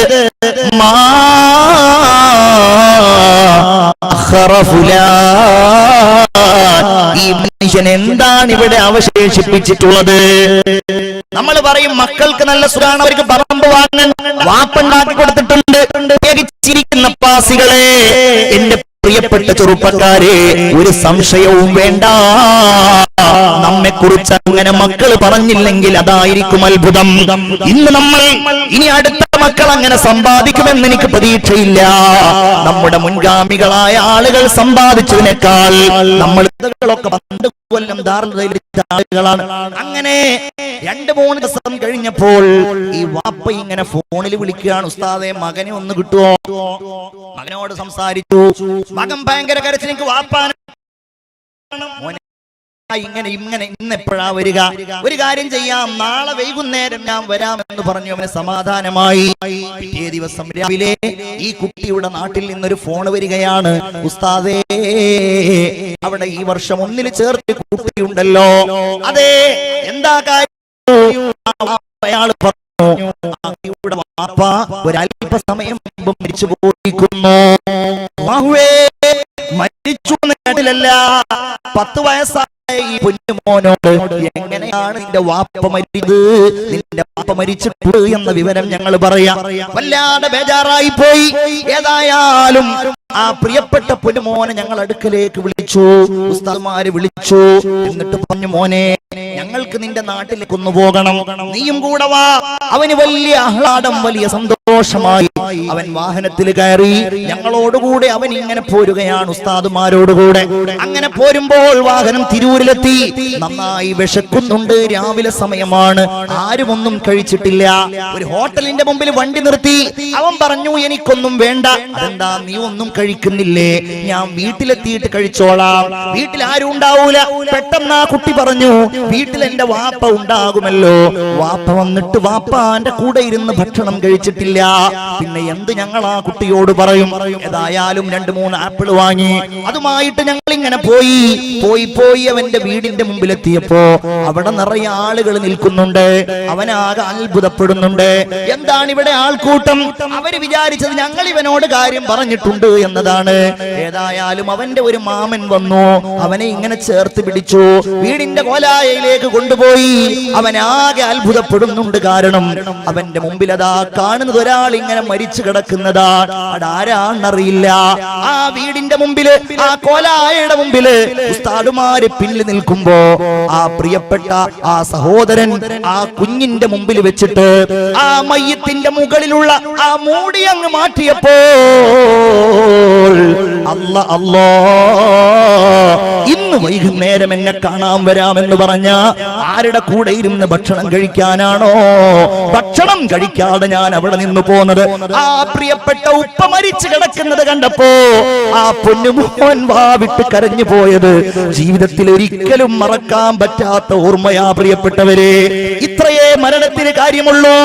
ഒരാൾക്കും അറിയില്ല നമ്മൾ എപ്പോഴാണ് ഖബറിലേക്ക് പോവുക എന്ന്, എപ്പോഴാണ് മരണത്തിന്റെ വേദന അനുഭവിക്കേണ്ടി വരിക എന്ന്.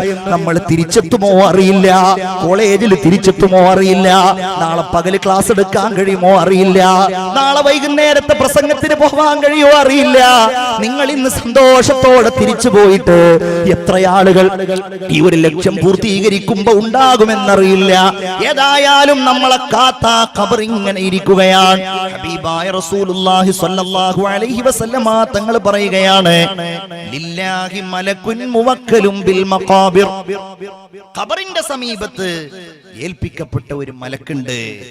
ഫഇദാ ദുഫിനൽ മയ്യിത്ത്, ഒരു മയ്യിത്ത് ഖബറടക്കം ചെയ്യപ്പെട്ടാൽ വസുവിയ അലൈഹി, ആ മയ്യിത്ത് ഇങ്ങനെ ആ ഖബർ ഇങ്ങനെ ശരിപ്പെടുത്തി കഴിഞ്ഞാൽ, അങ്ങനെ ജനങ്ങൾ ഇങ്ങനെ തിരിച്ചു പോകുമ്പോൾ ആ മലക്ക് ഒരു പിടി മണ്ണെടുക്കും എന്നാണ്. എന്നിട്ട് ആ മണ്ണിങ്ങനെ വിതറും. മണ്ണ് വിതറിയിട്ട് ആ മലക്ക് വിളിച്ചു പറയും, നിങ്ങൾ പൊയ്ക്കോ, നിങ്ങൾ ഖബറിനെ മറന്നോ. അതുകൊണ്ടാണ് മറവി വരുന്നത് എന്നാണ്. അല്ലാഹു കാക്കട്ടെ. അള്ളാഹു കാക്കട്ടെ. 1.5 മണിക്കൂറിലേറെയായി പ്രസംഗിക്കാൻ തുടങ്ങിയിട്ട് എന്റെ സമയം കഴിഞ്ഞു. ഒരുപാട് കാര്യങ്ങൾ പറയാനുണ്ട്. എന്റെ പ്രിയപ്പെട്ടവരെ, ആ ഖബറിലേക്ക് ഇങ്ങനെ ഇറക്കി വെച്ച് ഖബറിന്റെ അകത്ത് മനുഷ്യനെത്തിയാൽ 1-2 കാര്യങ്ങളും കൂടെ വേഗത്തിൽ അങ്ങ് പറഞ്ഞു പോവുകയാണ്. മുഅ്മിനേ, അതോർക്കണം മുഅ്മിനേ, ആ ഖബറിന് വല്ലാത്ത ഒരു ഇടുക്കമുണ്ട്. ഖബറങ്ങ് കൂട്ടും, മനുഷ്യന്റെ എല്ലുകൾ പൊടിഞ്ഞു പോകും. ഹബീബായ റസൂലുള്ള പറയുകയാണ്, ഖബർ കണ്ടാൽ ഇമ്മാ റൗളത്തും മിൻ റിയാദിൽ ജന്ന, ഒന്നുകിൽ അത് സ്വർഗ്ഗത്തിലെ ഒരു തോട്ടമാണ്. അല്ലാഹു അത് തരട്ടെ, അല്ലാഹു അത് തരട്ടെ. ഔ ഹുഫ്റത്തും മിൻ ഹുഫരിൻ നീറാൻ, അതല്ലെങ്കിൽ നരകത്തിലെ കുഴിയിലെ ഒരു കുഴിയാ. സയ്യിദുനാ മുഹമ്മദ് മുസ്തഫ സല്ലല്ലാഹു അലൈഹി വസല്ലം. ഏതായിരിക്കും നമുക്ക് കിട്ടുക അറിയില്ല. നല്ലവരാണോ? യുമദ്ദു ലഹുൽ ഖബറു മദ്ദ ബസരിഹി, കണ്ണെത്താ ദൂരത്തോളം അവരുടെ ഖബറങ്ങ് വിശാലമാക്കപ്പെടുന്നതാണ്. നബി സല്ലല്ലാഹു അലൈഹി വസല്ലം പറയുന്നു. ഇതും കൂടെ പറഞ്ഞ് ഞാൻ നിർത്തട്ടെ. ഇതൊരിക്കലും നമുക്കില്ലാതെയാവുകയില്ല. ഖബറിൽ നമ്മളെ കിടത്തി, നമ്മുടെ കൂടെ ഒരാളുമില്ല. ഇരുട്ടറയിൽ നമ്മൾ ഇങ്ങനെ കിടക്കുമ്പോ 2 മലക്കുകൾ വരും, മുൻകർ നകീർ വരും. ആ മലക്കുകൾ നമ്മെ എഴുന്നേൽപ്പിച്ചിരുത്തും. എന്നിട്ടൊരു ചോദ്യമുണ്ട്, മൻ റബ്ബുക വമൻ നബിയുക വമാ ഇമാമുക വമാ ഖിബ്ലതുക. നല്ലോരാണോ? പറയും അല്ലാഹു റബ്ബി, അല്ലാഹുവേ തൗഫീഖ് തരണേ റബ്ബേ. ലാ ഇലാഹ ഇല്ലല്ലാഹ് ചൊല്ലി മരിക്കുന്നവരെ അങ്ങനെ പറയും. വ മുഹമ്മദുൻ നബി, മുഹമ്മദ് നബി എന്റെ നബിയാ. വൽ കഅബതു ഖിബ്ലതി വൽ ഖുർആനു ഇമാമി. ഇനിയും ഒരുപാട് ഖബറിലെ അഗാധമായ വിസ്മയങ്ങളുണ്ട്. അള്ളാഹു നമുക്ക് അതിൽ നിന്നൊക്കെ വലിയ പാഠങ്ങൾ ഉൾക്കൊണ്ട് ജീവിതം നന്നാക്കാൻ അള്ളാഹു തൗഫീഖ് തരട്ടെ. ഞാനിവിടെ പറഞ്ഞ ഈ നസീഹത്ത് ഒന്നാമതായി എന്നോടാണ്, സൂക്ഷിക്കാൻ പറഞ്ഞത് എന്നോടാണ്, പിന്നെയുള്ളത് ഈ മുഅ്മിനീങ്ങളോടാണ്. മുഅ്മിനീങ്ങളെ, അതുകൊണ്ടൊരു വലിയ മാറ്റം വരണം. ഈ മജ്ലിസ് തന്നെ അതിന്റെ പ്രകടമാകണം. സഹോദരിമാർക്ക് എല്ലാവർക്കും അറിയാലോ, നിങ്ങൾക്ക് 2 കോടിയുടെ പ്രൊജക്റ്റ് എന്ന് പറഞ്ഞാൽ നമ്മൾ മരിച്ചാലും നമ്മുടെ മക്കൾ അത് നന്നായി നടത്തും. അതുകൊണ്ട് നമ്മളൊന്ന് ഇൻഷാ അല്ലാഹ് സ്വതക്ക ചെയ്യാം. നിങ്ങളൊക്കെ ഇതിലേക്ക് സ്വതക്ക ചെയ്യാം. നല്ല ഓർമ്മയിൽ നമുക്ക് വേണ്ടിയും ചെയ്യാം, നമ്മുടെ മാതാപിതാക്കൾക്ക് വേണ്ടിയും ചെയ്യുക. അല്ലാഹു സ്വീകരിക്കുമാറാകട്ടെ, അല്ലാഹു തൗഫീഖ് നൽകുമാറാകട്ടെ.